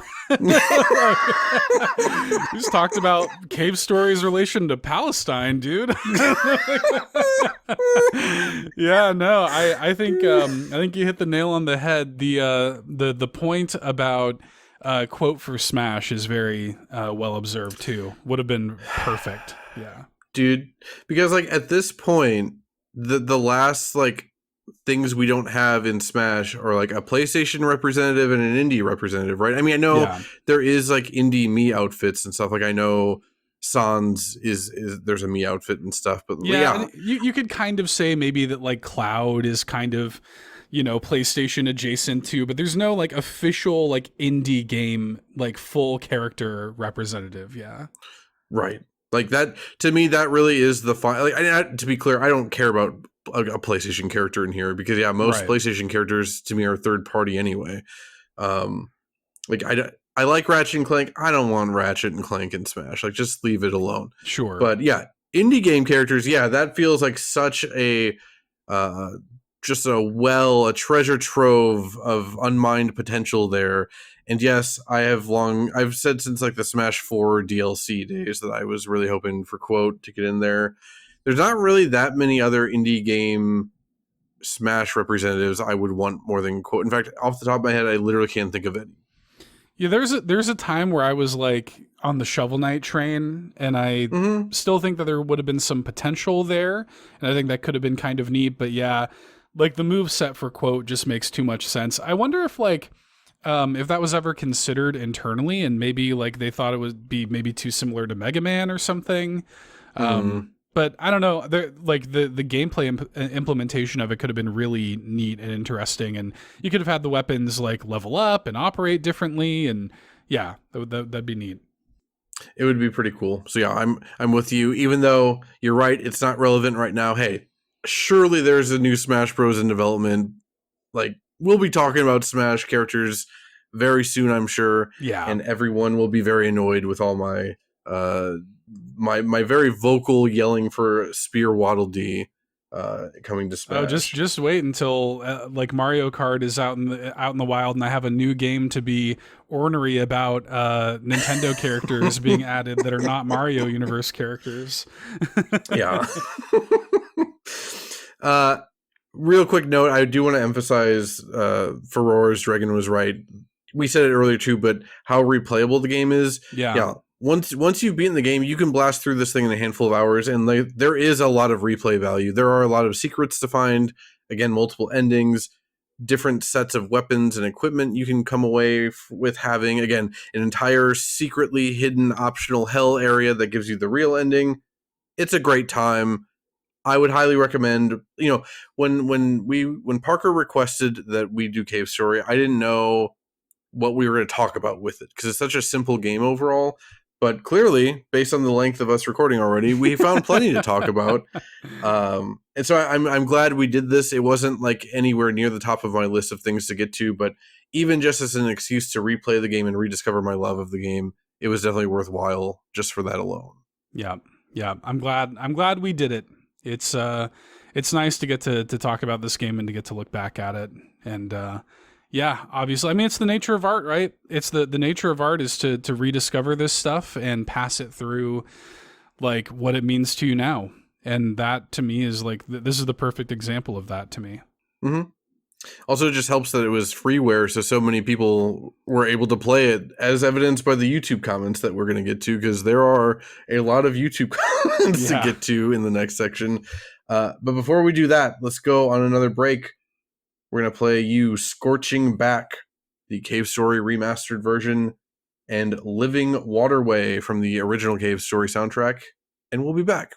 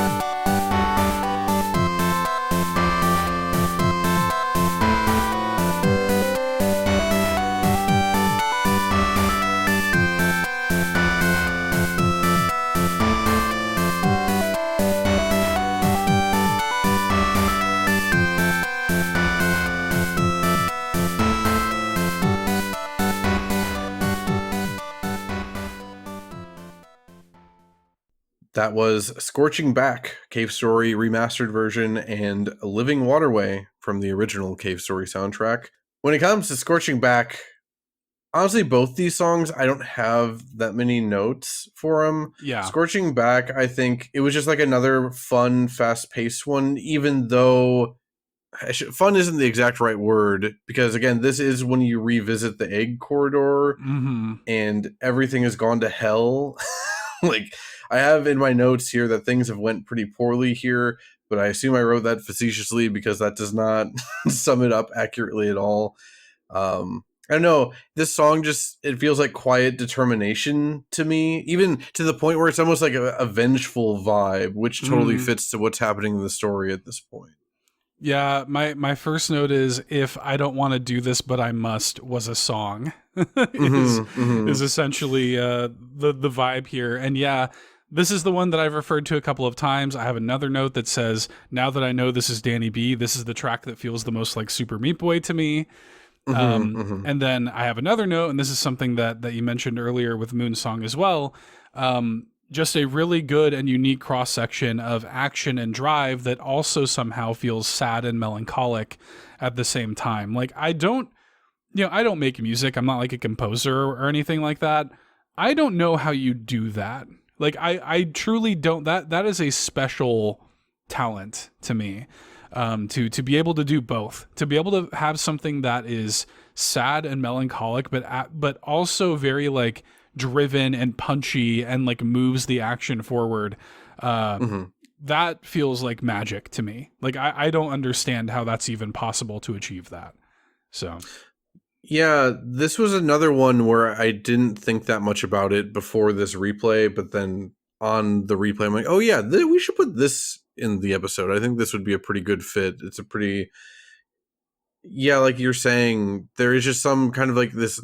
It's interesting, the idea. I know it's a video game music podcast. Like, this shouldn't surprise me, but yeah, as someone that listens to a lot of music, it still never ceases to impress me whenever someone is able to, have like an energetic song that is also melancholic and sad. It is just, impressive isn't even a strong enough word. With Living Waterway, again, I don't have that much going on note-wise. Yeah. I wanted, the reason it's in here mostly is because I wanted to contrast with it with a more laid-back song. Also, I do think this is one of the most memorable parts of the game. Yeah. Where it's right after the core, you fought the core, but Misery teleported it away so you wouldn't be able to destroy it. And then you get flooded, and like, Quote is about to die, but Curly saves you by giving you her air bubble thingy. And then, so that's either where you abandon Curly and she just never comes back to life, or if you happened to have the foresight to pick up the rope, then you can take her with you. But yeah, either way, it's still a massive defeat, and you're just kind of like awash in this river, and there's like all these like streams that are pushing you forward, and there's spikes everywhere. It's awful. I don't know. It's just a really memorable part of the game. Also leads right up to the fish boss fight, which we talked about a bit ago. But yeah, I just thought it was a neat song. Yeah, my first note is left with the crashing waves of defeat. And the and the that crashing, like it literally sounds like waves crashing, like the backbeat crashing noise against the main melody of the song. It ends up kind of feeling like a Pokemon cave song to me. Okay. Like I kind of get that vibe. I don't know. There's something kind of like it's quiet. You're just kind of left with that defeated feeling a little bit, and it's very important to the emotion of the moment in the game. Like it says a lot. Like it really kind of, it's what I meant. I mentioned earlier, like the way it crystallizes the way that you're kind of meant to feel in that moment. It is the perfect we just lost kind of thing. Like, you really don't know, like, your main companion is either dead or unconscious on your back kind of thing. It's that is like where the tide of the entire game shifts at that core fight specifically. Like, there is kind of no more like happiness at that point. Right. God, no more happiness is a very sad sentence to say, but it's true.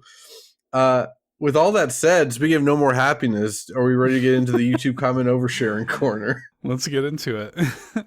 As a reminder, this is the section of the show where we read off any funny, memorable, interesting, or insane comments we've stumbled across while grabbing songs for this episode. This might be the most comments we've ever written down. Maybe. I think it might be, but yeah. The first one I have here is from YouTube user Mason Minier 8700 commenting on Labyrinth Fight Remastered 9 years ago. Good game, awesome soundtrack, tough to remaster, but you did a good job. There's no punctuation there, that's why I read it like that. But yeah, then in response, we had YouTube user Goose7618 responded 4 years ago. He didn't make the soundtrack. That's a typo on didn't, so it's he didn't make the soundtrack. This is my favorite kind of YouTube, or my favorite just kind of internet interaction of, you have two completely different styles of like people typing to each other. Like it's almost like these are like different languages trying to converse with each other. You know, this is one dude using no punctuation for a very long sentence and seems to be misunderstanding that the uploader is the person who made the song. And then you have someone snarkily with typos responding, he didn't make the soundtrack. Like that's just, I love that. That is the internet to me. I don't often like punch back to like commenters or whatever. I typically just kind of take the licks and try to ignore it and move on. But it seems like unfailingly, anytime I do try to punch back in like a moment of blind rage and bad judgment, I always end up with a typo. I always wind up like, if I'm trying to call somebody out on something or whatever, I always wind up like either misspeaking or putting a typo or something like that in there. So I feel for Goose 7618. We all do. Yeah, I think we can all relate. Okay, this is one that I found earlier on Geothermal. So YouTube user Jared Abvan, I think, Jared Abvan 20 commented on Geothermal 4 years ago. This song makes you feel two things, and then like a lot of dots, like a lot of ellipsis. Guilt and peace, capitalized, capital guilt, capital G guilt, capital P peace, and then in parentheses, but not at the same time. That's why is better than the original. Original is also capitalized. And I love these things being capitalized. The fact that he makes the correct point, that the song makes you feel guilt and peace, but also has to make sure to mention that it does, but not at the same time. It's just very funny. Is it possible to feel guilt and peace at the same time? Because like, yeah, those are two very contrasting things. Like even if I'm feeling mostly peaceful, if I have a little bit of guilt, I feel like that's gonna sour the whole thing. That will disturb my peace a little bit. I feel like, yeah, just it's funny because like he.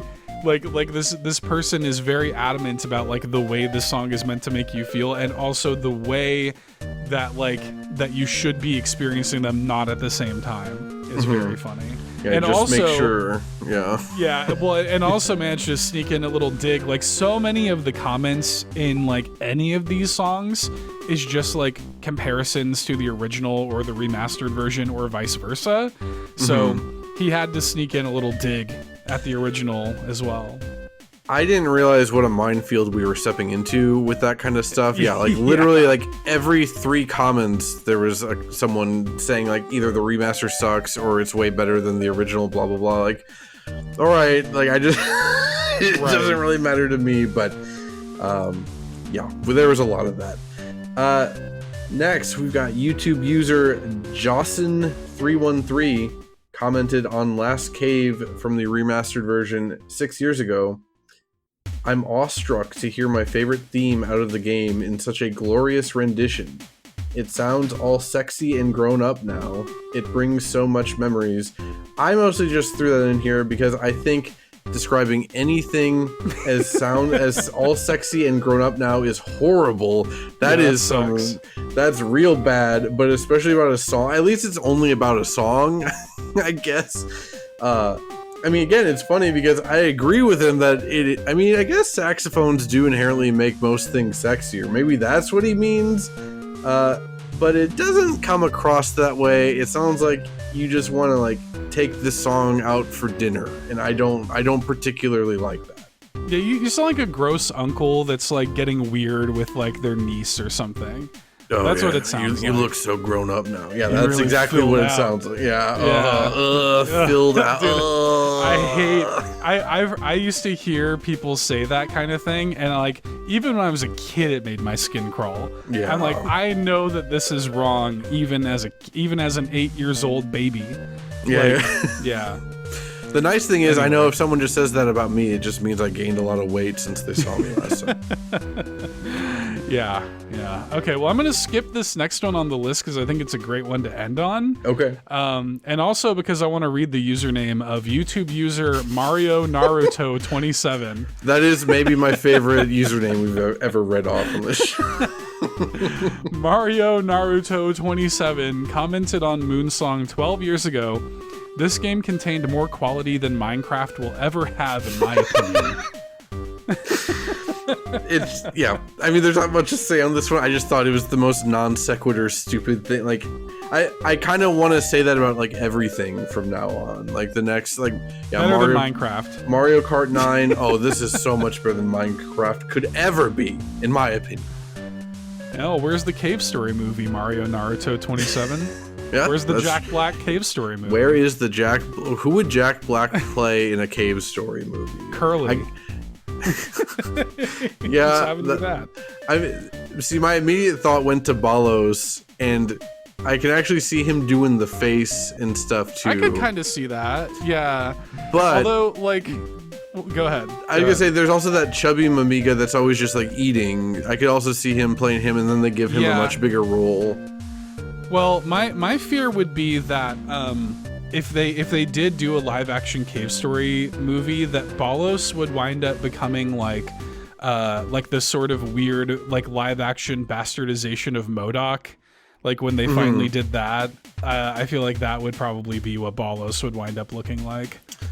I mean, I'd be down with that because, like, at least there it's like meant. In this case, it would be meant to be disturbing and off-putting. Yeah. Whereas, I think the reason MODOK looked so bad is because they're trying to not make it super horrifying, like only a little horrifying, you know. But it's like, no, you should have leaned into this more, and not just like stretched out that actor's face over like a giant chair or whatever. Yeah. I'm trying to think of who would play all the characters. We probably shouldn't waste too much time on this. Woody Harrelson is quote. That's what we're ending that on. There you go. Michael Cera is quote. For this next one, we've got YouTube user Jujubee13 commented on Living Waterway 8 years ago. In bold, it says, hit spike weapon levels down, and then just says in all caps, God! Which, yeah, that is exactly the feeling. Those spikes in the Living Waterway suck. Like, they are perfectly designed. You better pull out a weapon you don't mind losing a level on, because that's almost inevitably going to happen to you here. A lot of perfect jumps required in that kind of area, yeah. Okay, well, we have YouTube user Red Eyes channel, which maybe, is that a reference to Cave Story, you think? Huh. Red Eyes? I wasn't thinking about that, yeah. Anyway, they commented on Scorching Back Remastered 9 years ago. Spoilers ahead! With 3 exclamation marks. This really hits me hard. I mean, in that moment, 2 catakers are dead, and then the dragons. That's how you tear apart the heart of a gamer. That's how you tear apart the heart of a gamer is one of the funniest sentences that I've ever read. Yeah, no real notes for Red Eyes channel. In fact, I am starting to keep a list of my all-time favorites, at least since we started this season of comments. I mean, this might have to be, I might have to add this to the all-time That's a good list. One. Yeah. For this last one. This is crazy, dude. Well, yeah, I guess I'll read it first. Yeah, for this last one, YouTube user, a guy named Bryson, commented on to Grasstown 3 years ago. Edited. I don't know what he edited. He says, fun fact, I crashed my car to this song. Graduation night, I was pumped to get out. Backed into the band trailer. Good times. And then YouTube user AngryPicture6155 responded 3 years ago, "It won't stop," in quotes, because I saw people debating on if this is just meant to be a joke, because in Grasstown, when you leave, you get Sue's brother out of that shed, and then him and Booster get on like the hoverboard or the hover car thingy, like the hover bike thing, and they end up crashing it to get out. But I don't take it that way, because it's not like he tried to put in any other cute details. He gave a real account of he backed his car into the band trailer on graduation night. I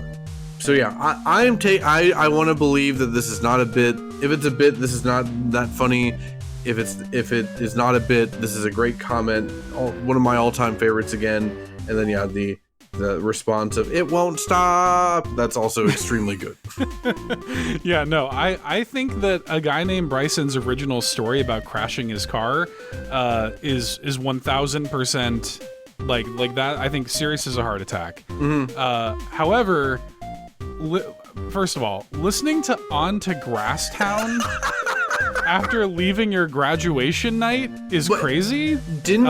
Recently we had another YouTube comment that was talking about listening to something crazy when they were like leaving their high school graduation, but I don't remember what it was. Oh, I think it was Traverse Town from Kingdom Hearts. I would rather listen to On to Grasstown in my car than Traverse Town. I agree with that, but I'm somebody, I have definitely like soundtracked moments in my life, like knowing like that I'm about to have like this impactful, like commit this to memory moment, like driving away from your graduation. On to Grasstown is the song? Like that's the song that symbolizes like leaving your graduation night to you is On to I love the song, but it doesn't feel very like Moon Song or something. Maybe I could kind of understand, but I don't know. So that is the idea, the imagery in my head of crashing your car while that's crazy to me already. But then, like, the comment referencing the moment in the game is also just, like, the perfect response to that. Yeah. It was... I wasn't even going to put the original, the guy named Bryson comment in here, because, like, I thought it was cute, but I think it's because, again, we just had that Traverse Town one, so I didn't want to have another graduation one, but it was because of the response referencing the game that I felt obligated. Like, we had to have it. Yeah, because I play the entire tape in my head. I'm like, so, like, what do you do? Like, you backed into the band trailer. Like, what did they say? Did you have to stop? Did you have to file a police report? Was On to Grasstown playing the whole time?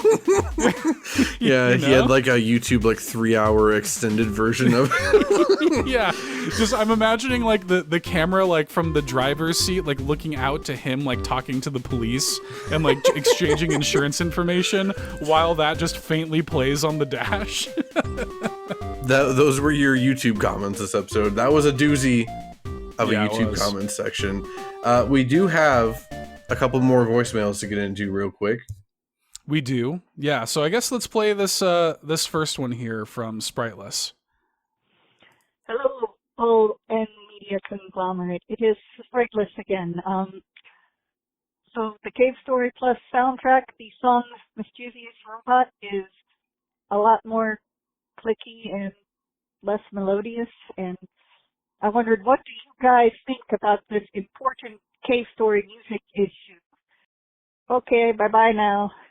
Yeah, we mentioned it earlier. I specifically kind of went out of our way to not do a lot of comparisons between the original soundtrack and the remastered soundtrack, just because that wasn't my intention with this episode. It's not that interesting either. Yeah, I'm with you. Like, you know, the Paper Mario Thousand Year Door episode, I think that was a fun one to do that with. And again, I have ideas to do that with in the future, but that just wasn't what I wanted to do for this one. But that said, on our next break, we will play both versions of Mischievous Robot, but we do have another voicemail to listen to before that. Yep. So here's one completely, blessedly maybe, completely removed from Cave Story from Fulia. So let's hear from Fulia. Hello, Bit Harmony team. It is I, Fulia, the koala from Down Under. It just seems like it was only yesterday when I was in America calling you guys for the first time, while I was in San Francisco wandering about. But it is not that time anymore. I am back in Melbourne, in Australia. It's 4 months ago. Just hanging out at home. And the world is so much worse. I thought, in you every know way. what? Since it's been a while since the last time I called in, I thought now would be a great time as any to send a voice message through, not technically a voicemail since I can't call internationally. I mean, technically I could if I really wanted to, but I digress. Still recording on my phone though, so that still makes it a voicemail, kind of. Sure. Anyway, I wanted to give a shout out to Omno's OST. Now that game had me just in the feels a lot playing through that game. It's a puzzle game, and there's no dialogue of any kind. It's just gameplay and music, and the music just really makes the game shine. I really enjoyed there's a lot of emotion in the soundtrack, a lot of ethereal sounds as well. And it's just, it blew me away every time I heard the track change, and every time I'd go through into a different level of the game. And I absolutely loved it so much. Big shout outs to Benedict Nichols, who composed the soundtrack. That particular game soundtrack was just absolutely amazing. I'm going to give you guys a little listen to the track that I most like from the game, and it's by the name of Sand Surfing. So it's through a level where you are essentially, it's a particular skill that you attain in the game where you get to sort of travel a bit faster rather than just running around in the levels. You get to surf through like the sand and the snow. But Sand Surfing is the name of the track. I absolutely love it. It's it's a beautiful track, as well as the whole soundtrack. It was hard to pick a favorite, to be honest. So I thought I'll go with this one because I think this one stands out a bit more for me. So hope you enjoy it. Thanks, guys. Thanks, Julia. Yeah, thanks, Julia. Coming in with another pretty cool looking game recommendation. I watched the trailer for this earlier. I'd never even heard of it, I don't think, or if I did, I forgot about it. But watched the trailer for this morning. Thought it looked pretty cool. I guess we'll talk about it a little after the break. So on this break, last break of this episode, we're listening to Mischievous Robot Egg Corridor from the original Cave Story soundtrack, the same song but from the remastered soundtrack, and then Sand Surfing from Omno. And like Fulia said, Omno was composed by Benedict Nichols, and we will be back.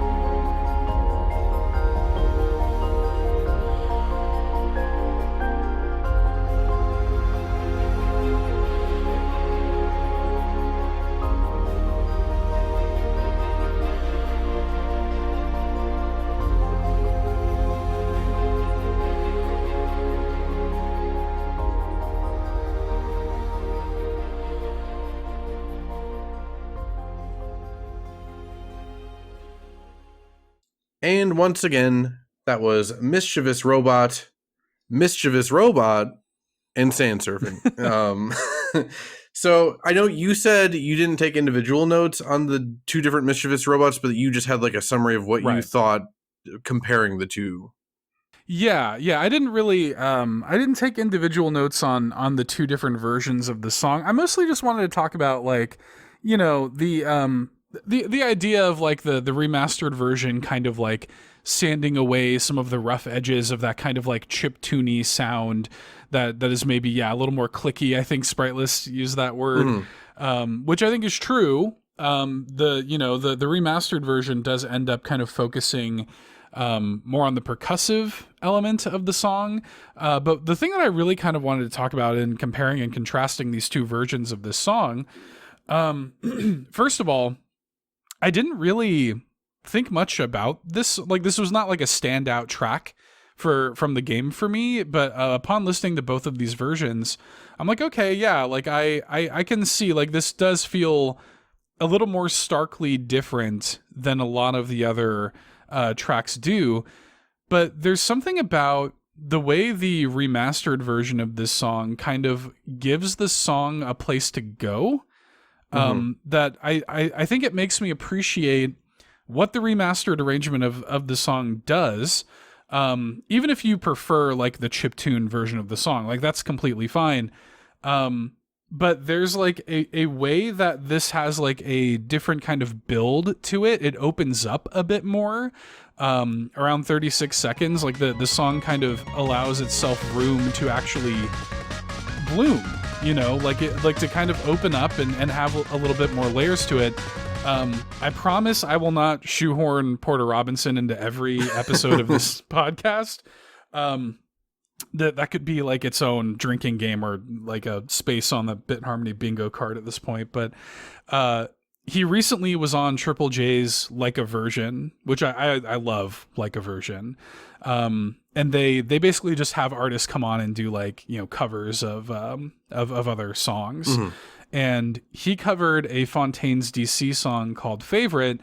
And a lot of people in the comments, most of them were positive, but there were some people in the comments that were like, oh my God, like what is this? It's so much slower than the original version of the song.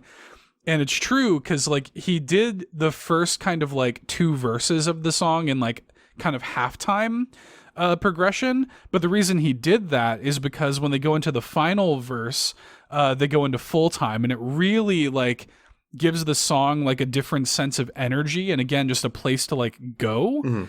And anyway, all of that to say that I think there's merit in kind of like shaking up the way that a song is arranged to allow it a little bit more of a story, to allow it to be a little bit just more than the sum of its parts. So while, you know, you can prefer, or I can prefer, or whatever, like the chiptune version of Mischievous Robot, I do think the remastered version at least is the more interesting of the two arrangements because of that. Yeah, I'm with you. It's funny. I think for a lot of people, this is a song that stands out a lot on the soundtrack or soundtracks. And yeah, to me, it doesn't really, like, this wasn't even like up for me for like putting it in the episode, you know? Maybe it's because I think like part of the credits song is Mischievous Robot, but Sure. I'll go so far as to say that I almost find that the original gets like a little too high pitched and tinny at times for me. A little harsh. Yeah, a little harsh, and in like a way that, again, I don't know that he meant it to be that abrasive on the ears. Like, I feel like genuinely, maybe the reason I wasn't even thinking about this song, at least the original version of it for a spot in this episode originally, was I didn't want car listeners to like hear that, you know, if that makes sense. Like that. Hey, if you've ever wondered, I do put serious thought into the very, very serious thought into the song selections from that perspective. It's why there hasn't been a Wario Land 4 episode. That's why. We talked about Wario Land 4, but yeah, it's just so tinny Game Boy Advance stuff. Like, I love that soundtrack, and I'm still not opposed to it entirely. It's just something to think about. But so I appreciated that the remastered version didn't have quite that harsh of a tinny sound to it. But yeah, my thoughts overall, like comparing the original to the remastered version, is just I there are some songs I like more in the remastered and some that I like more in the original. And to me, that's the sign of a healthy two good soundtracks. Right. Like I can't complain. It's kind of how I feel about Paper Mario: The Thousand Year Door, whereas like I think a lot of people want to draw the line in the sand to be like, no, I'm on team this or team this. I'm like, no, there are some songs I like better on the remaster and some I like better on the original. Yeah. Maybe that's boring. I guess to answer this question, I do like the remastered version more for Mischievous Robot specifically, but I think it mostly just comes down to how that tinny sound I was talking about before. But I'm looking forward to when we do another full episode of comparison, which is I have one slotted in the near-ish future, so we'll talk about that as the weeks progress. But for now, I guess you just gotta go with my answer or our answer of some of these songs are better or worse on the remastered soundtrack. It's fine. Yeah, it's not as black and white as that. Yeah, When it comes to sand surfing, I don't have too many notes. I do. Okay, have you ever played this? No, I'm familiar with the game, but I've never played it. No. Because to me, looking at the trailer and even hearing this music, I'm like, is this a Journey like? Because it looks and sounds a lot like Journey, and I don't mean that in a disparaging way or anything. That's just what it made me think of. Right. Yeah, I get that kind of sense from it too. I mean, yeah, like this is very like ethereal, lots of reverb, lots of reverberation, very breathy, right? The thing that this game does, or that this song does, or I haven't heard the rest of the game's soundtrack, but Fulia talks about like how emotional it can get.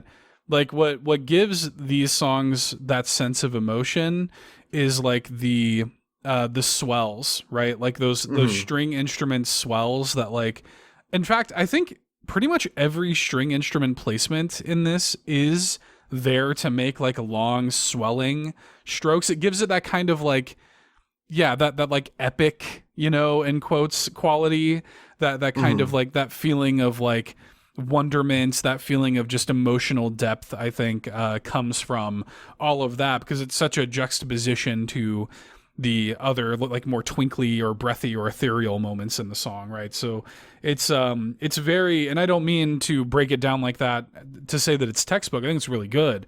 But I think that's, that's like kind of why it gets to the kind of emotional core of what's going on in the game.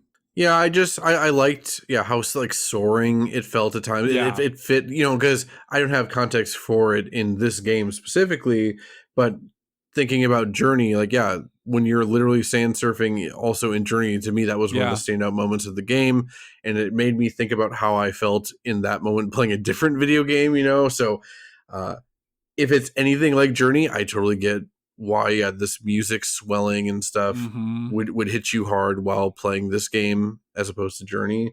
I will just note that I really liked the lady doing the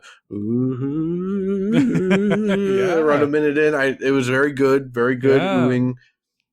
Also the hand drums were so soft. It was just very, very pleasant.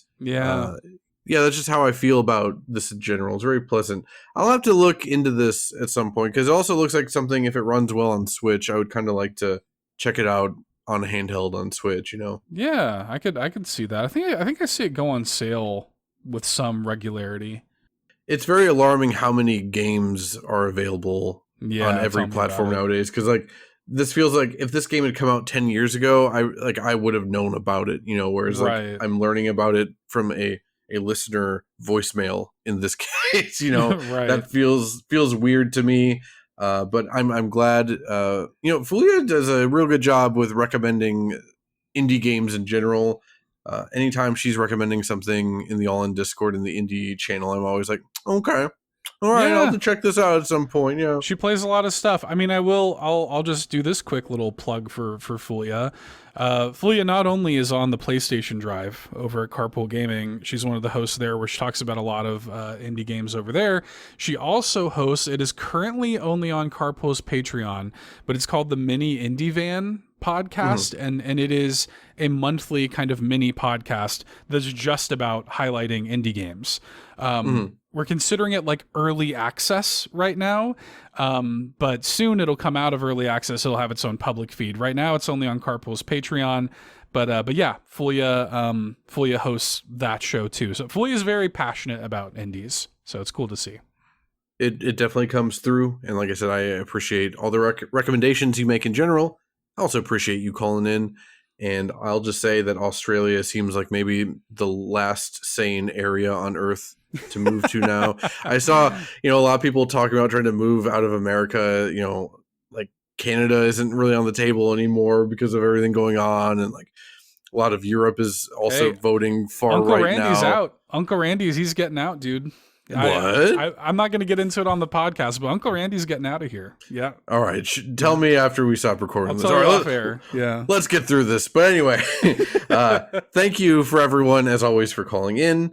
If you want to do that, send in your own voicemail. You can do that by either emailing us at bitharmonypod@gmail.com or dialing in at 216-230-8540. That number again is 216-230-8540. You can also, if you want to send a message in the Discord, leave a comment. You can email that email address instead of sending a voicemail. Any way you want to reach out that is feasible, you can do that. You can also text us. I forgot about that. We got Bot Harmony. You can just contact us any way you want. Yeah, that's true. Go ahead and do that. We love to play your voicemails on the show. You can also join our Discord over there. That is free, friendly, and welcoming. We've got links to all this stuff in the show notes. And support us on Patreon for early access to the show whenever we do mini episodes. Yes, the Slayer's X episode did hit the public feed, but that's the only one. If you want future mini episodes, you're going to have to pay up. But you can go over to Patreon, support us over there. That's the best way to support the show. Get early access to the show, other exclusive perks. We really appreciate your support over there on Patreon. And another thing that you get if you support on Patreon is shout-outs here at the end of the podcast. So let's go ahead and do that real quick. Bit Harmony is made possible by viewers like you. So thank you to all of you who do that. Thank you to our Triforce tier supporters like Adam Caparello, Bowza, Dan and Luma, Danielina Hosa, Foolish Fuji, who we just heard from, John Cummins, Josh Vaughn, Lagerwoods330, and Uncle Randy. And thank you to our Golden Banana tier supporters, Big Dogs Only, Bill Tucker, SAZ, Gamer Jason, Liam D, Marcus O'Neill, Phelan Ward, Presto the Magnificent, Rob Yapel, Shy Guy, thank you Shy Guy, Sean Ashton, and Sparky. We really appreciate y'all. Hey, you can also get a 7-day free trial to the Golden Banana tier if you'd like to do that. So you can get a free trial for a week to that tier, and that gets you everything so you can check it out and kind of see what all the fuss is about. So thanks to everybody who supports us on Patreon. Links to that are in the show notes as well. Hey, you can always pop that the next time there's a BitHar Mini and you want to give it a go. Yeah. We will be doing more of those. That we have at least one firmly planned pretty soonish to be doing. Speaking of the future, the next episode is coming March 23rd. That's going to be on Kirby and the Forgotten Land. That's right. This is a podcast controlled by me, so we are already doing another Kirby episode. It's funny, we talk so much about Nintendo music every episode because of the Nintendo music segment, but we've barely done any actual episodes on Nintendo games, and I just want to talk about Kirby. Also, it's one of those instances we complain so much about the Nintendo music selections. Like, all right, if you're not going to put Kirby music on the Nintendo app, then I'm going to do it for you on my own podcast kind of thing. Yeah. Yeah, this would be a great one for the music app, too. It'd be fantastic. I'm trying to summon it. I'm also trying to summon a Kirby Planet Robobot Deluxe announcement with this. This is full on me trying to tap into that energy of when we talk about things, stuff happens related to them. This is me full on trying to tap into that ether for this episode. Also, Kickle Cubicle for NSO. We'll just do a BitHar Mini on Kickle Cubicle. Dude, nothing would make me happier than that. I would love to do that. The fun fact for those who watch us on YouTube, the like little splash screen that plays at the end, that's just like the like and subscribe little image that comes up, it is playing Kickle Cubicle music on that. So how much music is in Kickle Cubicle? There's probably like 8 to 10 songs or something like that. There would be enough for a mini. Yeah. We can get a 3-hour podcast out of that. Just watch. It would be perfect fodder for a mini. I have a lot of good personal history with that game, and yeah. I love that we game. we can get that on the docket. I don't know when. I mean, it doesn't have to tie into any other game. We can just do it whenever, I guess. But yeah. We can pencil that in sometime. I'd be down for that.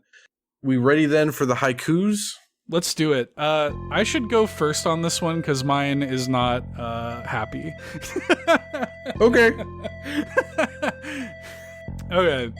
I was like, let me just get I feel like I've been such a bummer this whole episode. I'm like, let me just get my bummer haiku out of the way too. And this will again just kind of like, I'm actually pretty proud of this haiku, but it will just kind of get you into where my headspace has been thinking about Cave Story the past week or so. Okay. Red petals spill blood. Soil will remember the seed. Change lies at the root. I think that's pretty damn good. I was expecting Luigi Mangione has abs like King. No, but I wanted to make a haiku tying the red flowers into change and roots, and I was really proud of the line "Soil will remember the seed." I was like, okay, but I knew it was going to be a bummer too, though. So I wanted to get that out of the way. See, I don't think I even view it as a bummer. I kind of viewed it again as like almost like determination and stuff, like kind of what we were talking about with Cave Story. The reason I'm laughing is because the whole when we talked earlier in the non-specific section of the show where you talked about all the sad stuff and then I talked about creativity. That's basically exactly what happened here with the haikus. So here we go. Longing to create, planted next to red flowers. Please enjoy the show. Hey, red flowers comes up in both. It's such an iconic. You have to. I feel like it's such an iconic, and also it's like a simple icon, right? It's not anything too complex. It's just red flowers. It means a lot to the game. Mm-hmm. Wow, look at us. Look at us. We just did like a 3-hour episode on Cave Story. I thought this was gonna be like an hour and a half, if I'm being honest. Me too. Classic. Yeah, classic. Anyway, taking you out this episode is Moon Rhapsody, which is an OC remix of Moon Song by Drum Ultima and Mom Ultima. That is his mom, I think, playing violins on this remix. It's pretty good. This is an OC remix from like 2006, so like perfect Cave Story era kind of thing. So enjoy that. Again, next episode is March 23rd. That is Kirby in the Forgotten Land. We'll see you next time. Bye-bye. Bye.